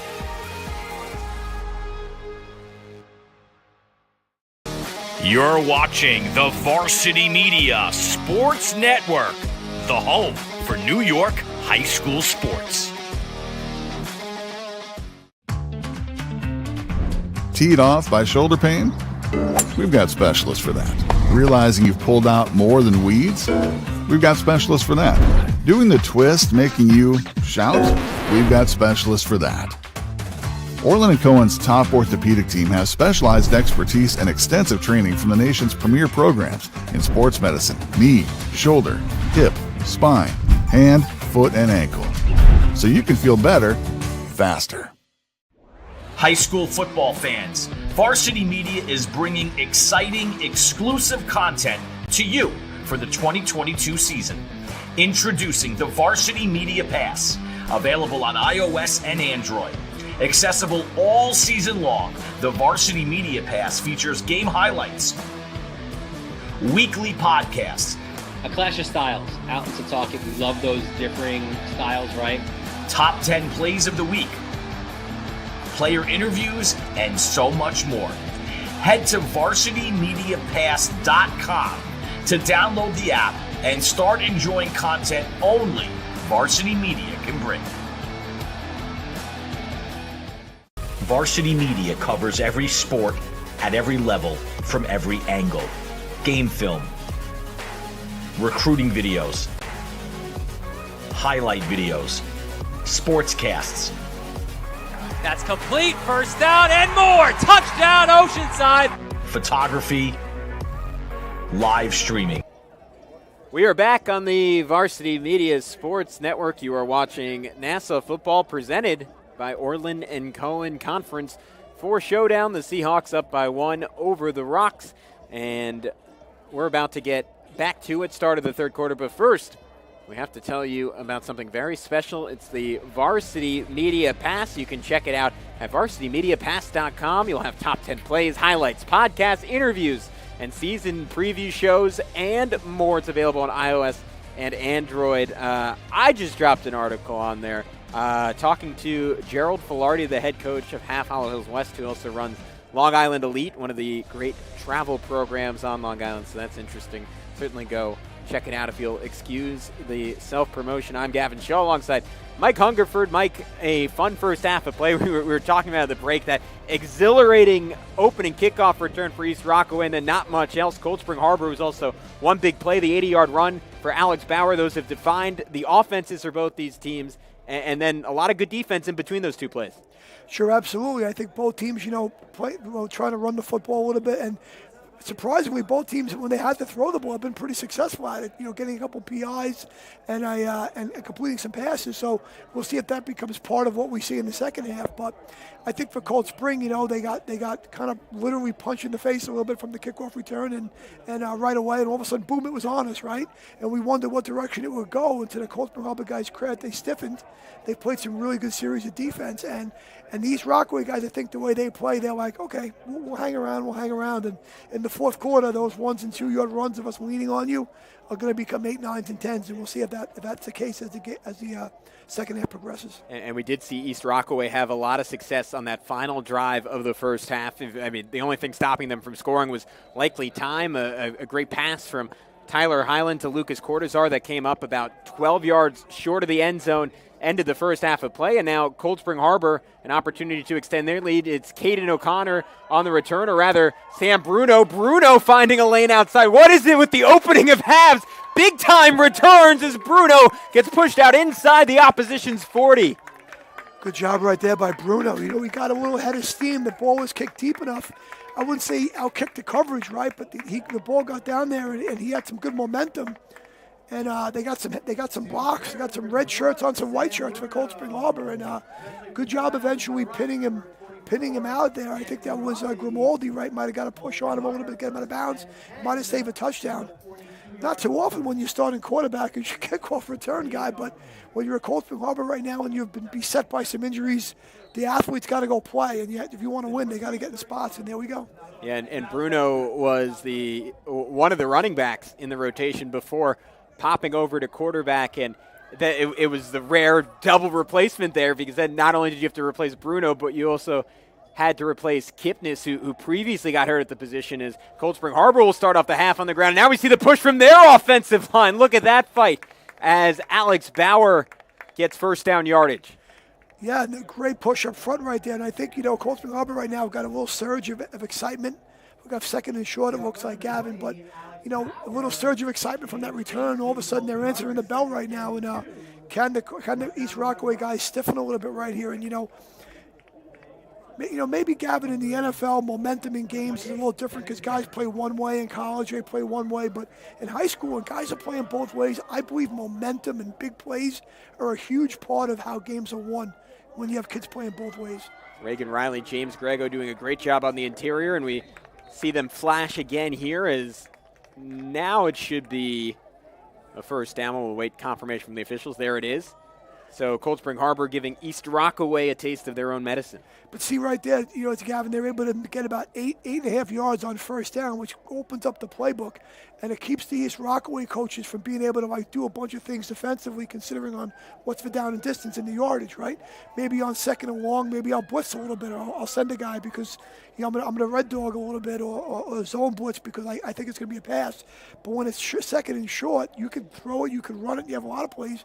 Kind of calms the defense down a little bit. East Rockaway, they like to throw a lot of bodies near the line of scrimmage. They run a 4-6, as this time the perimeter will be attacked by Bauer. Bauer getting an edge, one man to beat, cuts it inside, a second score for Alex Bauer as Cold Spring Harbor extends their advantage. Brady McKeon, I don't know if he blocked 1, 2, or 3 guys. He definitely got 2. I don't know if he got a third. You see him right there. Gets an edge right there. Keeps going. Gets the safety again. Gets a touch on the safety. 2 blocks. 2 men. Great job right there. That's how you get big runs. Everybody thinks big runs are, very rarely is it just about the offensive line. When you get those big runs, there's always a receiver downfield just getting a touch. Alex Bauer, obviously the name to know with the 2 big scores, but you said it, Brady McKeon, he's been involved in everything on both sides of the ball for Cold Spring Harbor. Michael Schmidt will tack on another extra point. And Cold Spring Harbor up by 8, less than 2 minutes into the third quarter. Took just 4 plays, including the kickoff return. The Rocks will look to answer next on the Varsity Media Sports Network, presented by Orland & Cohen. You're watching the Varsity Media Sports Network, the home for New York high school sports. Teed off by shoulder pain? We've got specialists for that. Realizing you've pulled out more than weeds? We've got specialists for that. Doing the twist making you shout? We've got specialists for that. Orland & Cohen's top orthopedic team has specialized expertise and extensive training from the nation's premier programs in sports medicine, knee, shoulder, hip, spine, hand, foot, and ankle. So you can feel better, faster. You're watching the Varsity Media Sports Network, the home for New York high school. So it takes just 3 offensive plays for the Seahawks to tack on another 7. Mike Hungerford, we were talking about it a little bit during the break. Cold Spring Harbor, obviously a 2 seed coming into this season. All their stars went out, but you can still see all the talent on the roster. Now that the youth has gotten a couple games under them, it's starting to flash. Yeah, they have some good athletes, some good guys that can run around, some good perimeter guys. And you can see that a little bit with all help with some good blocking, and they're starting to come together a little bit. And they'll keep the kick short, and again away from John Giannotti. So it'll just be a short return for Frank Passanisi, and East Rockaway will start on the 35. Good tackle right there by Grayson Meek. Number 60 right there, another 10th grader getting some quality time, on specials. And there's a reason why these guys might have won a 2 seed. They have some athletes, and of course, unfortunately, injuries strike and things change a little bit. But right now, you can see that with a little dose of confidence, things could spin in another direction very quickly. We did see East Rockaway again in the midst of an impressive drive. Last time they had the ball, Tyler Highland putting his best passing sequence of the year together. That almost looked like a no-look flip to Cortazar, but that defensive line for Cold Spring Harbor, they've found their footing at points the last couple of possessions. Sure, I think, they've given up quite a bit of size up front there, but low man wins. Get off the ball, get underneath the other players' pads, right? Get your hands, jack them up a little bit and stay under them, and they've been pretty successful, and they've limited the gains to, not those 8, 9, 10s, and 12s, but 1s, 2s, and 3s at times. So we talked before in the pregame, win on first down, right? And they've done a pretty good job of that, especially lately, of winning on first down. We told you the interior of the Rocks offensive line goes 250, 210, 250. On the other side for Cold Spring Harbor, it's 180, 175, 180. But they're like gnats, according to John Mandrinsky. They have such good pad level, and you see it there as they apply some pressure on Tyler Highland and force that ball to sail over the head of Anthony Grimaldi, his intended target. Sure, have a little off the play action there. They have a little boot look, kind of, waggle kind of look roll there, and unable to hook it up. But pressure came up the field pretty quick right there. I think that might have been Meek again. I saw him in that backfield a little bit, but a little bit of quick pressure, and he's able to, couldn't complete the pass. And right now it's 3rd and 8. A good down defensively for Cold Spring Harbor with longer yardage, and not as good of a down for East Rockaway. And if you're a run-heavy team like East Rockaway, do you stick with that, or do you panic a little bit and go to the more traditional passing game here? No, you got to stay with what you do. You have to have a couple plays that you really like to get you some yardage, Highland will go to the air after the play action, and he had John Giannotti with a bit of a step, but unable to find him. One thing about, we get so used to watching football on TV, and the quarterbacks are so talented and they're so athletic and the receivers are so good that balls are put into very tight windows, But when you get to the high school level, if you're a defensive coordinator and you say, we're going to make the other team's quarterback throw perfect balls. And if you do that, not a lot of quarterbacks anywhere can do that over and over and over again. The guys who can, usually they get scholarships and they go in places, and no disrespect to anybody playing, but it's very hard for most high school kids to put. He was open by a little bit, but you needed a perfectly thrown ball right there. It's hard to do. It's not it doesn't happen a lot in high school. And to Tyler Highland's credit, we've seen him have some perfectly thrown balls in this game. As here's the fake, the direct snap to Giannotti. Oh, and he'll fight. And he'll be close, maybe just an inch short of that first down. It'll come down to a measurement. If he's short, he's just short. Wow, what a call. Let's take a look at the replay. I loved it. He cut it back inside. And look at that fight. He was stopped. And then that extra inch maybe will have gotten it. We will see. He's very close either way. Yeah, it's a first down. A first down for East Rockaway. The second, third, and fourth efforts from John Giannotti.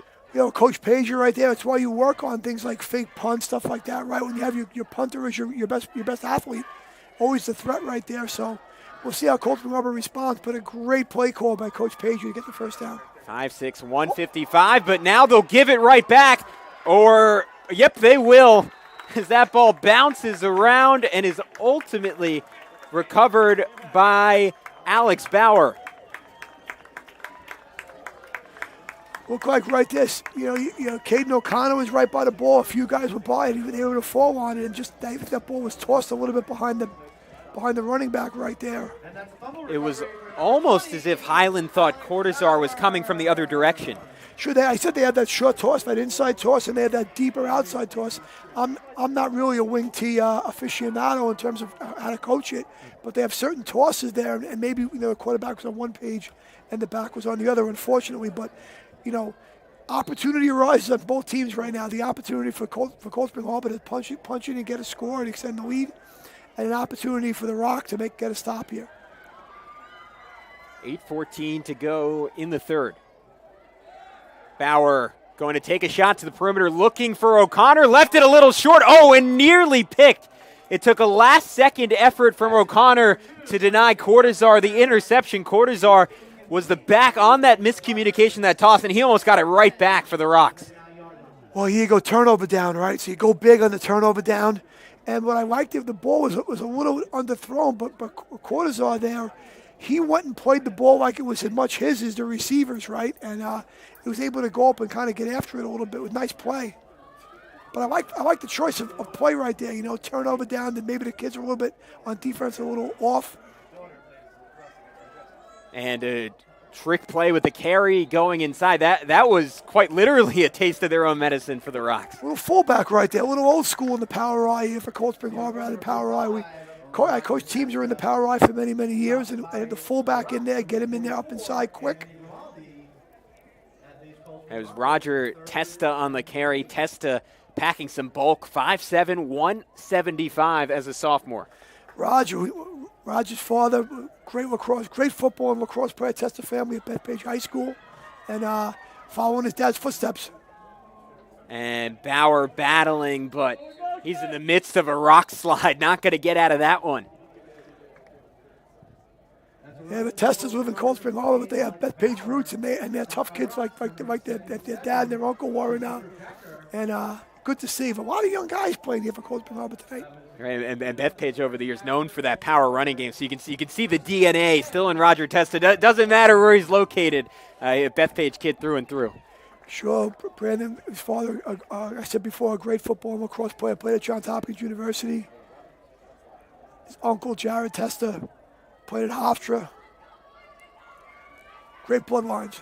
So at 1st and 10 from the 29 for Cold Spring Harbor, and another give to Testa, and he lost the football.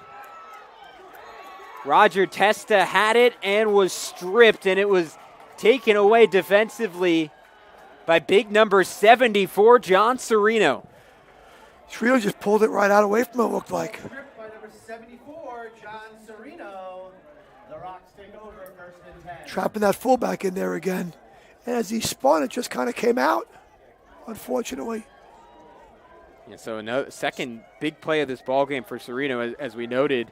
As a senior, just his second year ever playing football, and he's made a big impact in this one. We said opportunity, right? And it was a big play by the East Rock defense to get the ball back. Halfway through the third quarter, we've already had a touchdown and 2 turnovers.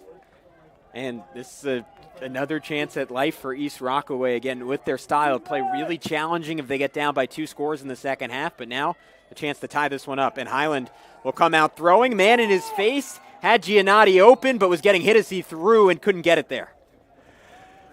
Yeah, I think this is the most the East Rockaway guys are throwing the football in their first 5 games, right? And, probably you can't serve every master in any sport you play. And right now, the master they serve is the run game master, right? They work at run blocking, and probably not putting as much time into pass blocking. And if you can't work at everything equally.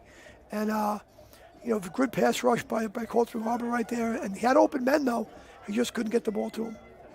Brings up a 2nd and 10 from the 31 for East Rockaway. And the snap over the head of John Giannotti. Giannotti doing all he can just to fall in the football. Looked like it's still scrambled out. And I think Caden O'Connor, the player who came up with it, will wait for the call from the official. And it is Cold Spring Harbor ball inside of the 10. I think in the last 3 minutes, someone greased that football. Yeah. That ball's been greased. It's all over the place. No turnovers in the first half. 3 in 7 minutes in the second. I think Giannotti was making the right play, just trying to fall on top of it, right? And he couldn't really get on it. And, this is one of those games. It's nighttime, a little after 8 o'clock at night, right? 8:30 or something at night. Gets a little damp. Turf gets a little slick. Ball might get a little slick. A little cool right now. First one of those cool nights, and hard to grip a little bit sometimes. So we said a golden opportunity for Cold Spring Harbor. This is a platinum opportunity for the Seahawks. Ball on the 6-yard line and an opportunity to punch it in. And if you're East Rockaway, I mean, it just with the way they play on offense, there has to be a real desperation to keep Cold Spring Harbor out of the end zone. Sure, this is like you bet before, a defining moment of the game. This series right here could be that defining moment for both teams.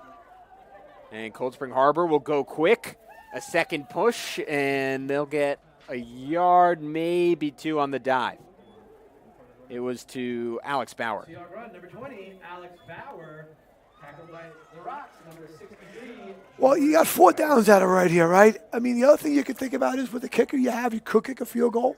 You get to 17 if you kick a field goal, and that gives you a more than 2-score lead, because even if they score and go for 2 and get 8, you're still ahead by more than 2 scores ahead. But if you're Cold Spring Harbor, you want to punch this in if you can. And you see Roger Testa in there to block a diamond formation behind the quarterback. Bauer falling forward on the precipice of goal, and he was in. A touchdown for Cold Spring Harbor and a 20-6 lead for the Seahawks. Great cut right there by Bauer. That play was taken and outside off the toss, off the power toss right there. You can see. Way to go, Alex. They toss the football, and both backs are gonna. One of the blocking backs goes outside, one goes inside. And I think Bauer has choice, right? Find the right window, and he took that short window, squared his shoulder pads, and just got in for a big touchdown for Cold Spring Harbor.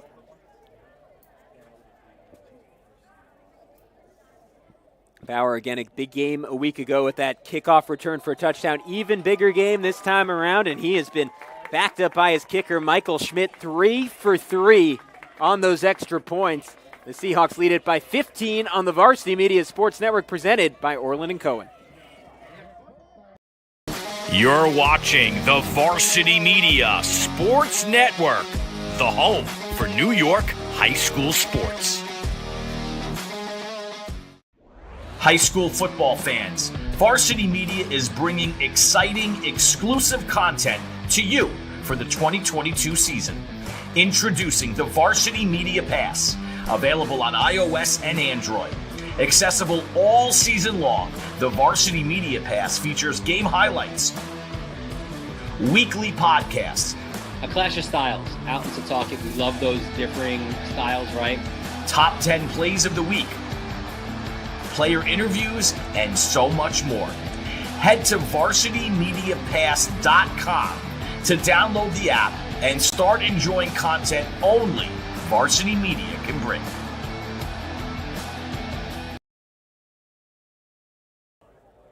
So Cold Spring Harbor not able to take advantage of the first turnover of the half by the Rocks, but East Rockaway fumbled it away a second time. Alex Bauer punches it in from 3 yards out, and just like that, a commanding lead for Cold Spring Harbor in a game that was very evenly played in the first half. Sure, I think actually maybe it might have actually favored East Rockaway other than a play here and a play there, But people would say, well, Cold Spring Harbor scored the offensive touchdown and East Rockaway didn't. But East Rockaway seemed to have the better of the ball movement for the most part. But here, it's been, I wouldn't say it's all Cold Spring Harbor, but the turnovers have certainly favored them, and the whole game's been played in East Rockaway's half of the field right now. So Michael Schmidt will send it. They will go a little bit deeper and still able to keep it away from John Giannotti, which was really the only goal at this point in the game for the Seahawks on special teams. And let's take this moment to look at the upcoming schedule on the Varsity Media Sports Network. Zavarian takes on St. Francis Prep tomorrow at 7:30. West Hampton against Sayville, perennial powers battle there. And then week after, Port Washington, Syosset. And then on the Catholic side, more Catholic against St. Francis Prep. New Hyde Park against Garden City. That's in 2 weeks. And then St. Peter's against Christ the King Saturday, October 29th. Halloween Eve, a spooky broadcast on the Varsity Media Sports Network as East Rockaway takes over on the 23, 5:15 to go. And they're going to need some explosive plays here in the run game. And will not find it there as the Seahawks again soar to the ball. A combination tackle on the play by David Stern and Reagan Riley. Trying to establish that inside run again like they started the game with a little bit here. East Rockaway trying to get some balance back to the offense. I think the last series they went a little on the passing side a little bit unsuccessfully, and not much clock moved really in the same vein. Trying to get back to it here, but the problem is you're going to have to get first downs. Can't give the ball back to the Cold Spring Harbor guys right now very quickly. And again, they go up the middle, to your point, really trying to establish that part of the line. But Cold Spring Harbor, again, despite giving up 70 pounds at points at that spot, they've just been quicker to the football. Yeah, I think if you're Russ Pager, one thing that, Coach Pager, you're thinking about probably coming into the game, you had just a little bit of a size advantage inside, but you're inside, 3 guys, center, both guards, one of the tackles, and you really could maybe get that inside push.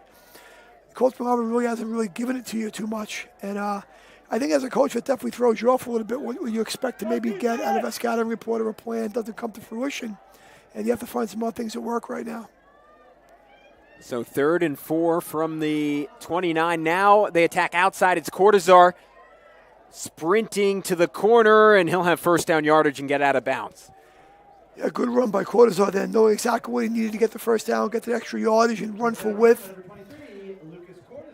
And you got to figure on both sides that'll be a bit of an emphasis for East Rockaway trying to get out of bounds, given how ground heavy they are and the deficit they're facing, and for Cold Spring Harbor trying to tackle them in play. Sure, Howell does a pretty good job there of standing in the block rub. He kind of got doubled a little bit. He just got to fight for width a little bit more and keep trying to rip and run, and maybe he can make that play. Now they go the other direction, and Giannotti hounded from behind and flattened into the turf. A good pursuit that time around by Grayson Meek. Grayson Meek makes a tackle, but the play in my mind is really made by Reagan Riley, who's able to between Riley and Howell, they're edge defenders right there. Those defensive end guys they have have long arms, have good leverage. They play with good leverage and good athletes, and pretty hard to run around them. I think early in the game they got the edge a few times, and they've made that coaching correction and maybe coached those guys up a little bit, and they're playing a little bit tougher right now. Reagan Riley, sometimes a little bit in the shadow of his brother CJ, but a star in his own right, started last year on the offensive line as a sophomore and making a big impact as a two-way starter this season. And there's that trickeration again in Giannotti. You can see the shiftiness as he serpentines his way into a first down. That was a great cut. He was really going to the edge right there. He put his foot in the ground, got north-south. Another look at it. You look at that stop and then go. Yep, 44 there. Ryan McGloin kind of had him dead to rights, and he kind of cut the other way on him. I like this drive right now. They're getting back to their bread and butter, right? They kind of last series kind of maybe got off script a little bit. Here they're back to their base running plays. That inside counter, toss, things like that, but the bread and butter, getting back to it, the plays the kids know best, trying to get them comfortable again, and maybe, a little success. And, second half, when you start to fall behind, kids get nervous. They're like, oh, coach, we're behind. What's going to happen? You can only play one down at a time, right? And you can't score, not going to score in every down. But those 4-yard plays, they get drive building. I think East Rockaway's in that situation right now. Giannotti getting into a bit of a rhythm again, averages 7.5 yards per touch, 150 yards per play. But now it's his backfield mate breaking one. Grimaldi fighting forward and near the 5. A big-time burst from the sophomore. Tough run by Grimaldi right there. That was good stuff right there. It looked like it was just going to be a typical 5-6 yard gain, but the second effort, the vicious stiff arm, and if not for that little trip, would not have been chased down. It was great hustle the other way from Ryan McGloin. So now East Rockaway just a couple yards out, fighting on the interior and fighting forward is Sharkey. Oh, man, he almost got in on the second, third, fourth, and fifth efforts. He had his legs moving, and he kind of bounced that run to the outside and almost got in. And they come back with that. They ran the ball inside there, right there. But the play before, on the big play that was gained, by Grimaldi, was that scissor, just that counter play, run the other direction away from maybe against scouting report to run it the other way. They've been running it seemingly more left than right. So second and goal from the 4. Highland under center. Giannotti in motion. Give his inside to Grimaldi, who finish off what he started. First offensive score of the game for East Rockaway, and they come right down and answer the Seahawks. Great drive, and you can see it there. That counter action, right? You can see it right here on the replay. They bring the back in motion across the back. He's going away from the play. The quarterback opens up and gives it to the other direction, coming inside with the trap and with the pulling lineman, and they're able to get it in the end zone. Well done. Well executed. And now we'll see East Rockaway go for 2. So this crucial, a 2-point conversion, gets it back to 7. Highland, that same inside give to the same player, Grimaldi, with the same result. And just like that, it's 21-14. East Rockaway working their way back. Rapid fire drive, 50 seconds to go in the third. A heck of a ball game on the Varsity Media Sports Network, presented by Orland & Cohen when we come back. You're watching the Varsity Media Sports Network, the home for New York high school sports. Teed off by shoulder pain? We've got specialists for that. Realizing you've pulled out more than weeds? We've got specialists for that. Doing the twist making you shout? We've got specialists for that. Orland & Cohen's top orthopedic team has specialized expertise and extensive training from the nation's premier programs in sports medicine, knee, shoulder, hip, spine, hand, foot, and ankle. So you can feel better, faster. So the Seahawks scored 2 quick touchdowns to open the second half, and Russ Pager could have panicked, could have gotten off his game plan, but stuck with what this team has done successfully all year and scored very quickly doing so. Sure, I love that drive because I think that's who East Rockaway football. That's what East Rockaway football is, at its core, at its essence, running those base plays they run so successfully, and you just got to find stuff that works and build a little confidence in it. And now you're right back in the game, only down by 1 score. The 2-point play was big because you can't keep chasing 2 and not getting it. You start losing points there, you never can make up. And so that was a big play by the Rock on the 2-point play. And now they try an onside kick for the second time this game, and it's recovered by Cold Spring Harbor. Diving on the football there for the Seahawks was Roger Testa. I like that.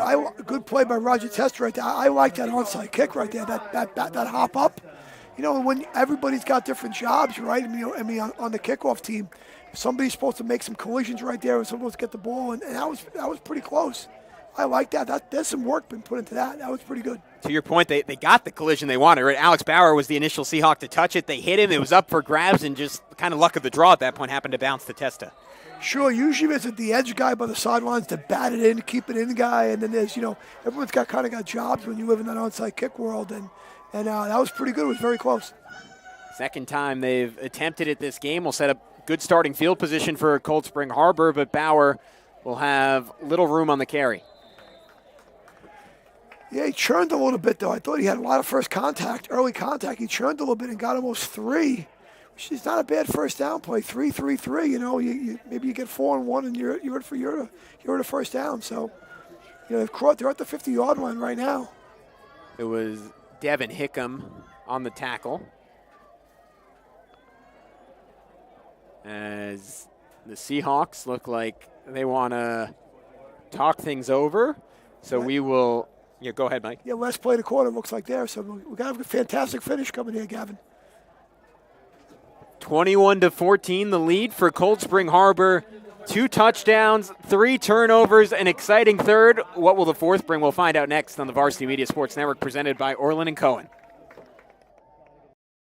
You're watching the Varsity Media Sports Network, the home for New York high school sports. High school football fans, Varsity Media is bringing exciting, exclusive content to you for the 2022 season. Introducing the Varsity Media Pass, available on iOS and Android. Accessible all season long, the Varsity Media Pass features game highlights, weekly podcasts, A clash of styles, out in Setauket. We love those differing styles, right? top 10 plays of the week, player interviews, and so much more. Head to varsitymediapass.com to download the app and start enjoying content only Varsity Media can bring.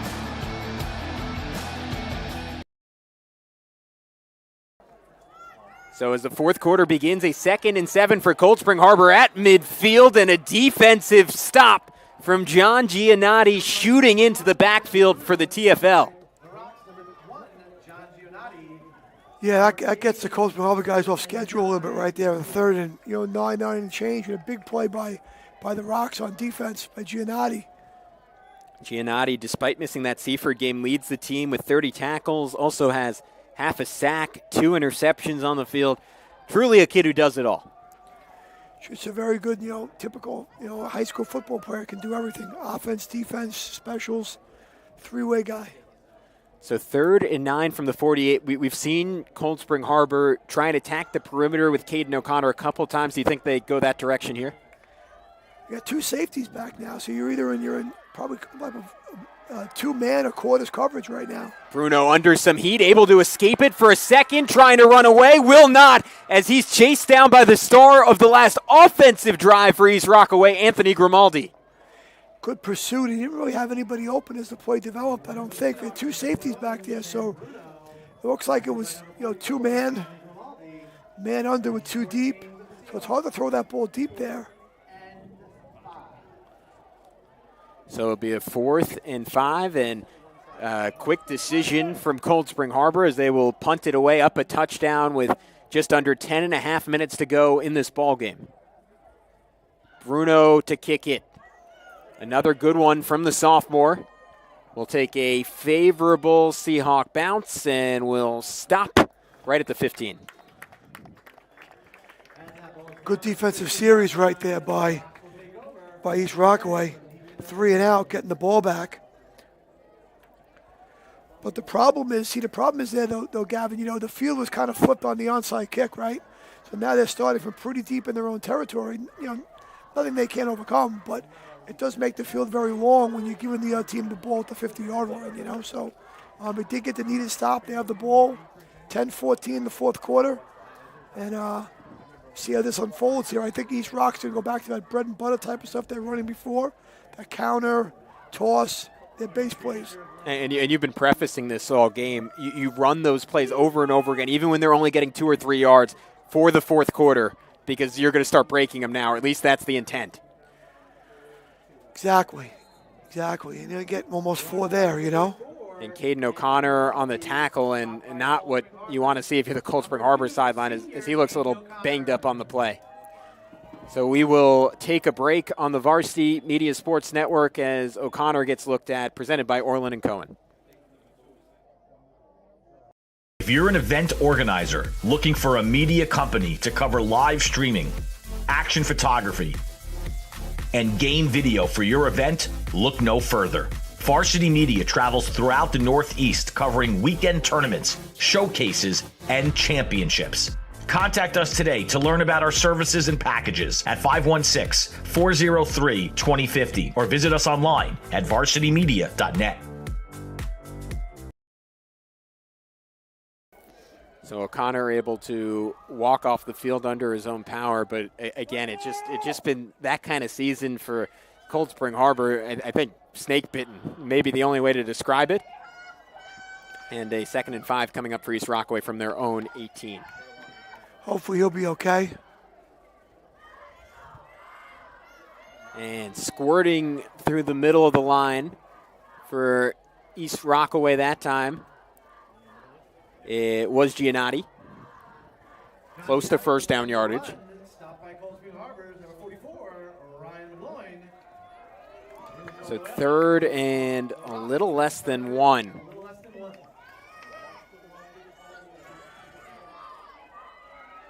Highland, the belated give, and breaking out is Grimaldi again. Grimaldi in a foot race. Grimaldi still going inside the 15.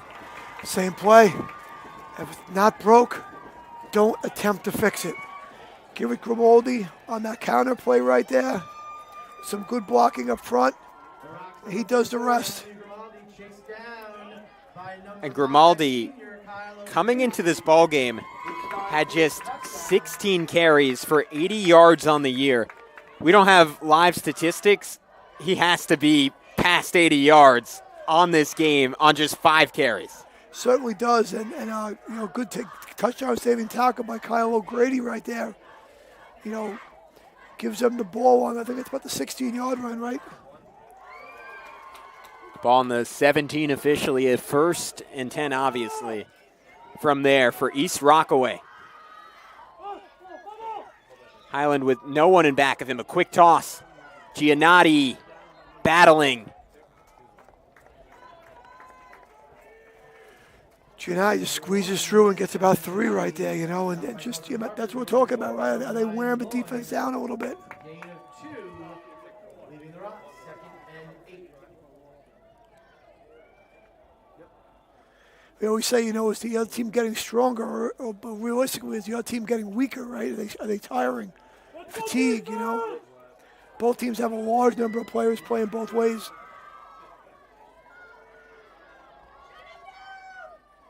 Highland belatedly gets it to Grimaldi, who dives forward, and it'll bring up a 3rd and medium.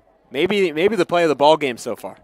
What's nice about Grimaldi right there was he kind of cut that back north-south and knew, let's just get a couple yards here, Some guys are always trying to be that home run hitter, and they get themselves caught in ones and zeros. Good job by Grimaldi getting about 3 right there. Here it goes again. Highland, again, same exact look to Grimaldi. He'll be stopped short of the first down, but this is go for it territory. We haven't seen East Rockaway have any inclination to use Tom Guarino in these situations and try and kick it. No, they went for it on two 2-point conversions. They've gone for it, so I don't think we're in a kick situation at all. So 4th and 2 from the 9. Will be under 7 minutes to go when East Rockaway snaps the football.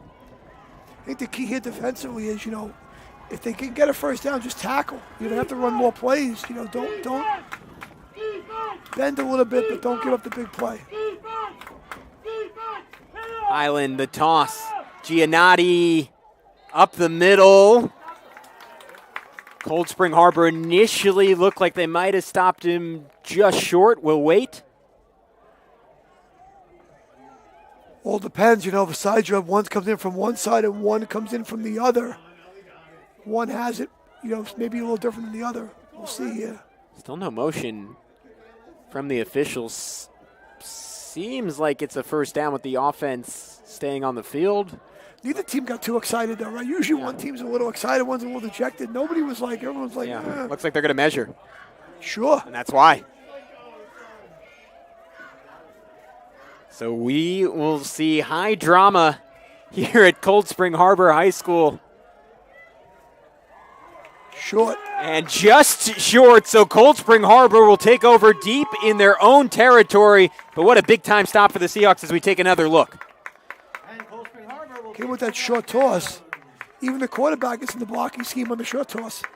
And good job of, I couldn't see what it was, but good job of just pushing that running back and, bending him backwards. And now for Cold Spring Harbor, 6:46 on the clock. We've talked about defining moments in this ballgame. How about a defining moment in young Sam Bruno's career?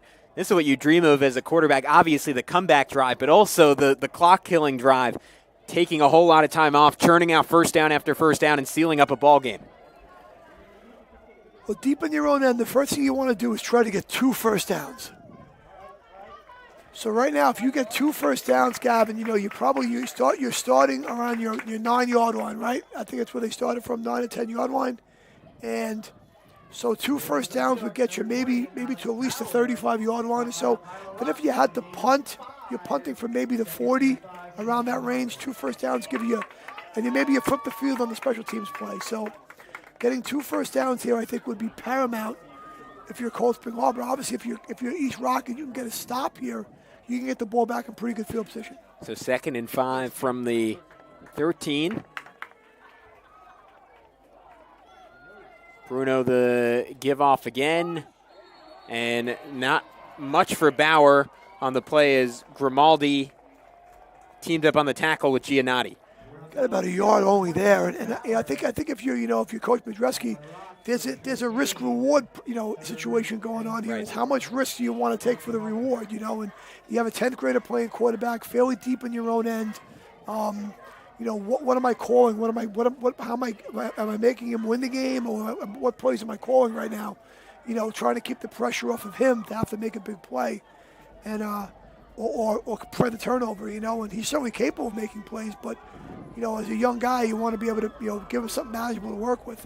And you're running the ball to drain clock, but you're risking, if they score, you might not have time to get the ball back. So crucial 3rd down. Give up the middle. 2nd, 3rd efforts, and a 4th effort, and that'll be a first down for Cold Spring Harbor. What a gutty run from the sophomore Alex Bauer. His head coach called him a gamer. You see it right there.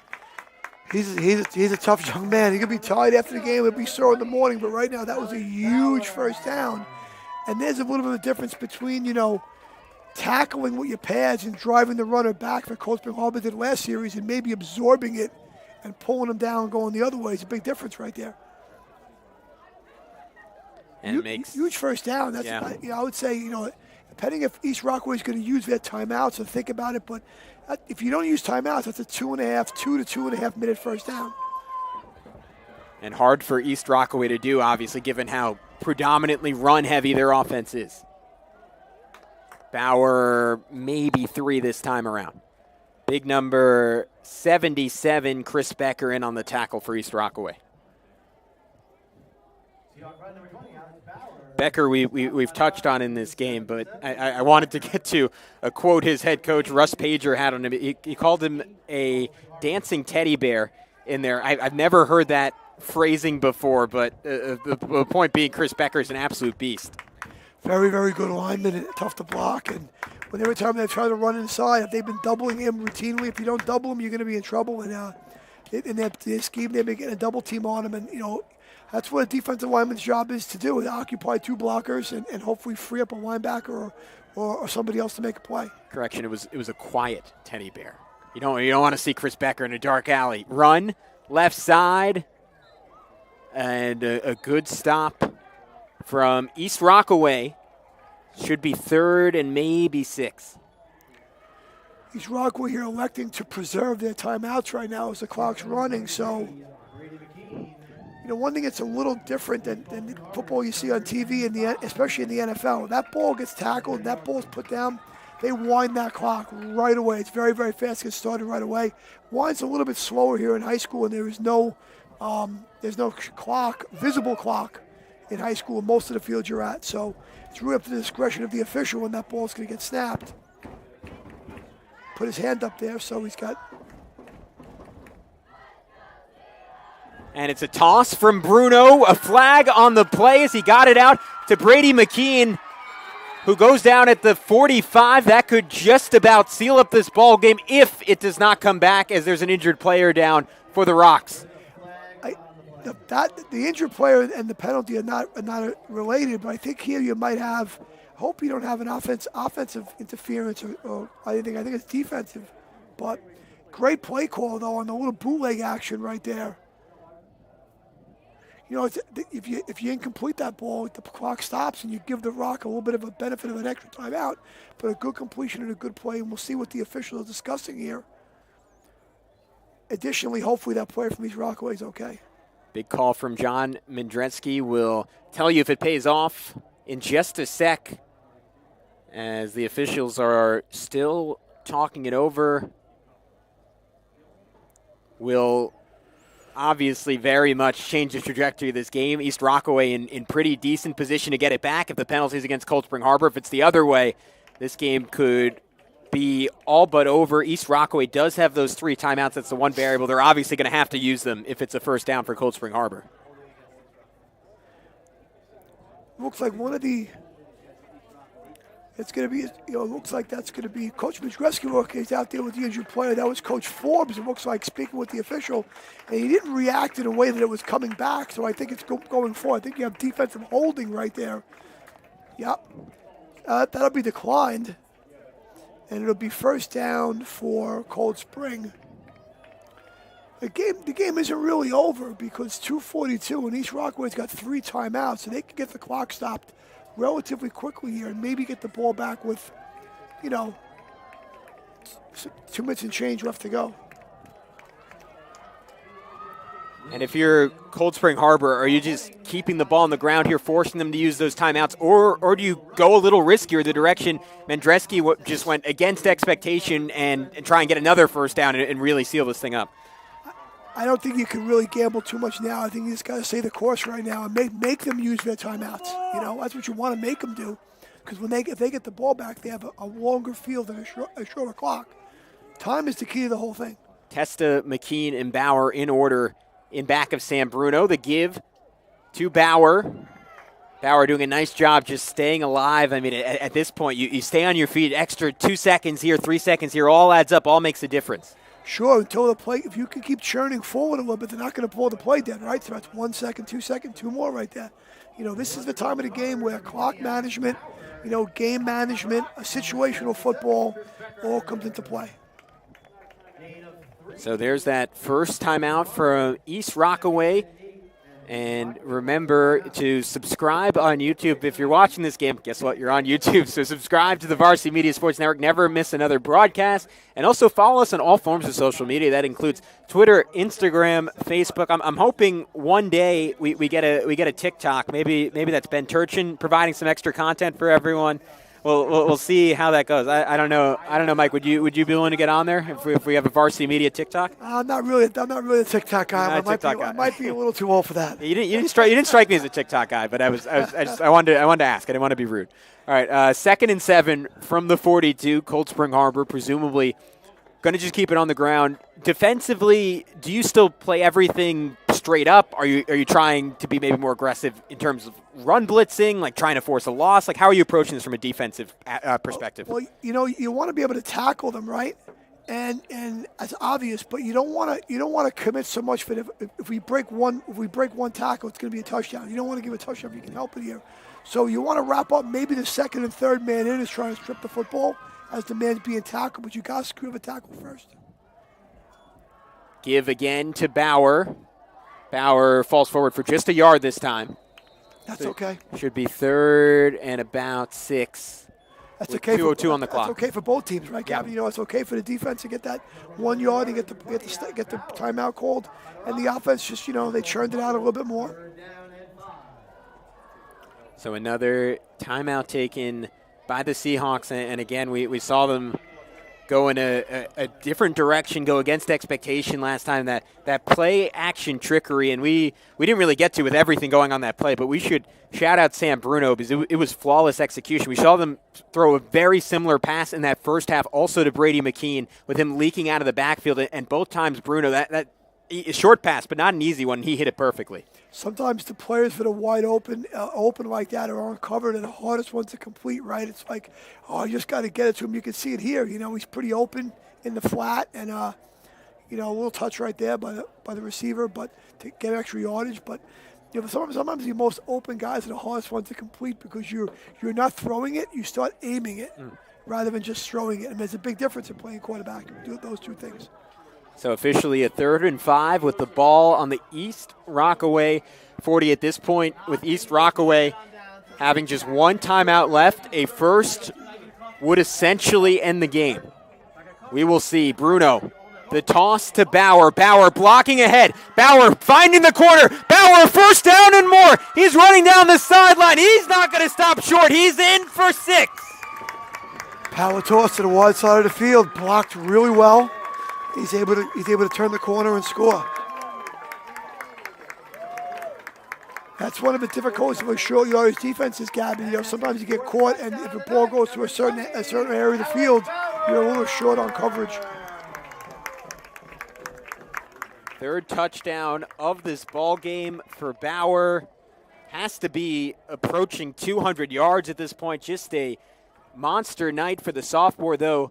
This is a long shot, but if you're the Rocks, once he got the first down, you probably wanted him to score there, right? It's similar to the Jets-Browns game we saw a couple weeks back. Not saying it necessarily goes that direction as the extra point goes in, but if you're East Rockaway, you're saying, all right, well, at least we have a slim chance at this point. Sure, I mean, you're never going to tell a kid not to score a touchdown in a high school football game, but with one timeout left in East Rockaway, if he doesn't score and he goes down, maybe just wear the clock out a little bit. But you know what? We'll take the 2-score lead any time. It's not 2 scores going to 3 scores. Right. It was 1 score going to 2. So a touchdown is huge. And, situational football time now at 1:51 with one timeout for East Rockaway certainly favors Cold Spring Harbor. As long as on this kickoff right now, we don't have a big problem. Yeah, it was a little bit of a galaxy brain take by me as we get one final look at the full schedule coming up on the Varsity Media Sports Network. Xaverian taking on St. Francis Prep. West Hampton against Sayville also this weekend. And then A big game of the bigger schools in Nassau County, Port Washington, Syosset, Moore Catholic, St. Francis Prep. On the Catholic side, New Hyde Park, Garden City in 2 weeks, and St. Peter's against Christ the King in 2 weeks. Christ the King, a basketball power, but they also play some good football there in Middle Village. Last year we did the West Hampton Beach and Sayville game a year ago out of Sayville, and it was kind of more the coming out party for Mr. Messina, right? Kyle Messina. Sophomore now, who Star. I was very impressed as a freshman, one of the best freshmen I've seen play football on Long Island in quite a while. Third leading rusher in Suffolk County as it stands, and good job by Cold Spring Harbor. They're not wanting to risk the John Giannotti experience one more time, just keeping it short, keeping it high, and a very tricky situation for East Rockaway now. And, I mean, again, the run-heavy system, it works beautifully when you have a lead, but in a situation like this, all of a sudden you kind of have to question, do we stick with our identity or do we just have to chuck it down the field and pray for the best? No, I think like a team like Coach Pager is a veteran of the game. He has coached for a very long time, very successfully, and he's got probably a sampling of plays that he runs in these situations that are a little bit of a break from what they normally do. So they practice this kind of stuff, 2-minute offense and things like that during the week, probably a couple times. So he's got a small section of plays, I don't know how many, but maybe people have between 5 to 8 to 10 plays that are out of what they normally run, maybe that could get him big play here and more in the passing game. Though the formation looks relatively similar, one wide out right now. Russ Pager in his 28th year as head coach, but they will come out to pass here as that toss is off the mark, and it's a new player in at quarterback. It's Frank Passanisi, who has thrown 10 passes this year, and similar to Tyler Highland, has not found a lot of success. He's thrown 9. He's 2 for 9 for 22 yards on the season. They ran the similar play that they ran earlier, East Rockaway. They had that kind of a rollout with the flood, and they had Grimaldi out there in that in-between route, the medium route, and you saw a good job there by McGloin coming and knocking that ball down and playing the ball nicely there. Good-looking athlete, McGloin. So the Rock still in that tight set. Passanisi under pressure, chucks a ball down the field, and it was nearly picked off, knocked away at the last second, by Lucas Cortazar. If not, it would have been an interception. Had like a delayed blitz on there, it looked like there, and some guy one of the players from Cold Spring came free and got to him late. He was able to release the ball, but maybe couldn't step into it like he had wanted to. And obviously still a little bit to go, but what a monumental win this would be for Cold Spring Harbor. Obviously they open up the season beating Island Trees by 15, but then tough loss after tough loss. They're up 12-0 against Clark with 6 minutes left, end up falling 18-12. They lose to Mineola in a game that John Mendrensky said, hey, look, we really didn't show up, 24-15. Get blown out by West Hempstead 38-0. Then last week lose a heartbreaker as Highland delays, and now gets it to Giannotti. Giannotti, a lot of room trying to cut across the field, and what a big-time stop by Caden O'Connor, who looks perfectly healthy, chasing him down a first down, but could have been worse if O'Connor didn't shoot in there for the tackle. Yeah, a little shallow screen there, looks like there. He was able to turn into a pretty big play. Good tackle by O'Connor. And now quick throw out, close to a first down marker, but things just going a little slow right now for East Rockaway. Just run a little comeback, little out pattern right there. Take what the defense is giving you. It was a catch by Lucas Cortazar. We're now under a minute, so they have to continue to push the pace. Highland ripping 1 and too high that time around, looking for Passanisi. A little bit of max protection right there, trying to get Passanisi on the out pattern, and Cold Spring Harbor playing very, very soft coverage right now, giving the underneath stuff, using the clock, situational football, right? Using the clock to their advantage and just, give up yardage and trade for time, which is really pretty big right now. Just come up and tackle, make the play, and you see it on TV football all the time in terms of Sundays and Saturdays, situationally trading yardage for time, but you have to tackle and passing complete there. So it's a 3rd and 3 from the Cold Spring Harbor 44. And it's a quick toss to Cortazar. Cortazar puts on a quick move. Cortazar able to pick up the first down yardage and then get out of bounds. I like that call because Cortazar, even if he had gotten tackled in bounds, the clock would stop on the first down. In high school football, they'd move the chains, so you'd have time, and you'd have time to do that. So that's a pretty good situation. Now the ball's out of bounds. Even better, so you get to re-huddle right now. But, Gavin, you were mentioning before, but Coach Robert lost 4 games in a row. He won the opener. I don't think people realize football you play once a week. Losing in football, there's no tougher game, no tougher sport in high school to be unsuccessful in than football. They go back to Cortazar, who tries to navigate his way through the flock of Seahawks and finds a bit of success, but only about halfway to the first down. And now a timeout taken by, I believe, East Rockaway. So East Rockaway's remaining schedule, they will take on Oyster Bay on October 21st. And that game will take place at 7 p.m. I've heard it's the Oyster Fest there this weekend. And then they'll play North Shore, not the team you want to face when you're fighting for your playoff lives, Mike Hungerford, in that last game of the season. No, definitely a bit of a tough ending right there. Oyster Bay, I would think I would say probably East Rockaway's the favorite going in. But it was tough one to finish with if you North Shore. And let's take a look at Cold Spring Harbor's remaining schedule. A rematch of the Conference 4 Nassau County Championship game from a year ago at North Shore. And then they finish at Malvern on October 28th. The big variable for Cold Spring Harbor, as well as Sam Bruno played in this game, there's a chance they get C.J. Riley back for this closing stretch of the season. Obviously, he was dealing with that concussion, still trying to figure out what to do with that broken finger on his left hand so he can grip the football. But if they get Riley back, all bets are off. This is a different football team with C.J. Riley in at quarterback. Sure, he's dressed on the sideline down there, didn't play in the game today. But, I would figure going forward, hopefully they can get him in the game. As Highland has his pass knocked down with 26 seconds to go. And Gavin, I was saying before we went to see the schedules remaining is that, there's no harder sport to lose in than football. Basketball, you play 2, maybe 3 games a week. Sometimes you lose. Practice for a day, you play again. Lacrosse, baseball, all kinds of games you play multiple times in a week a lot.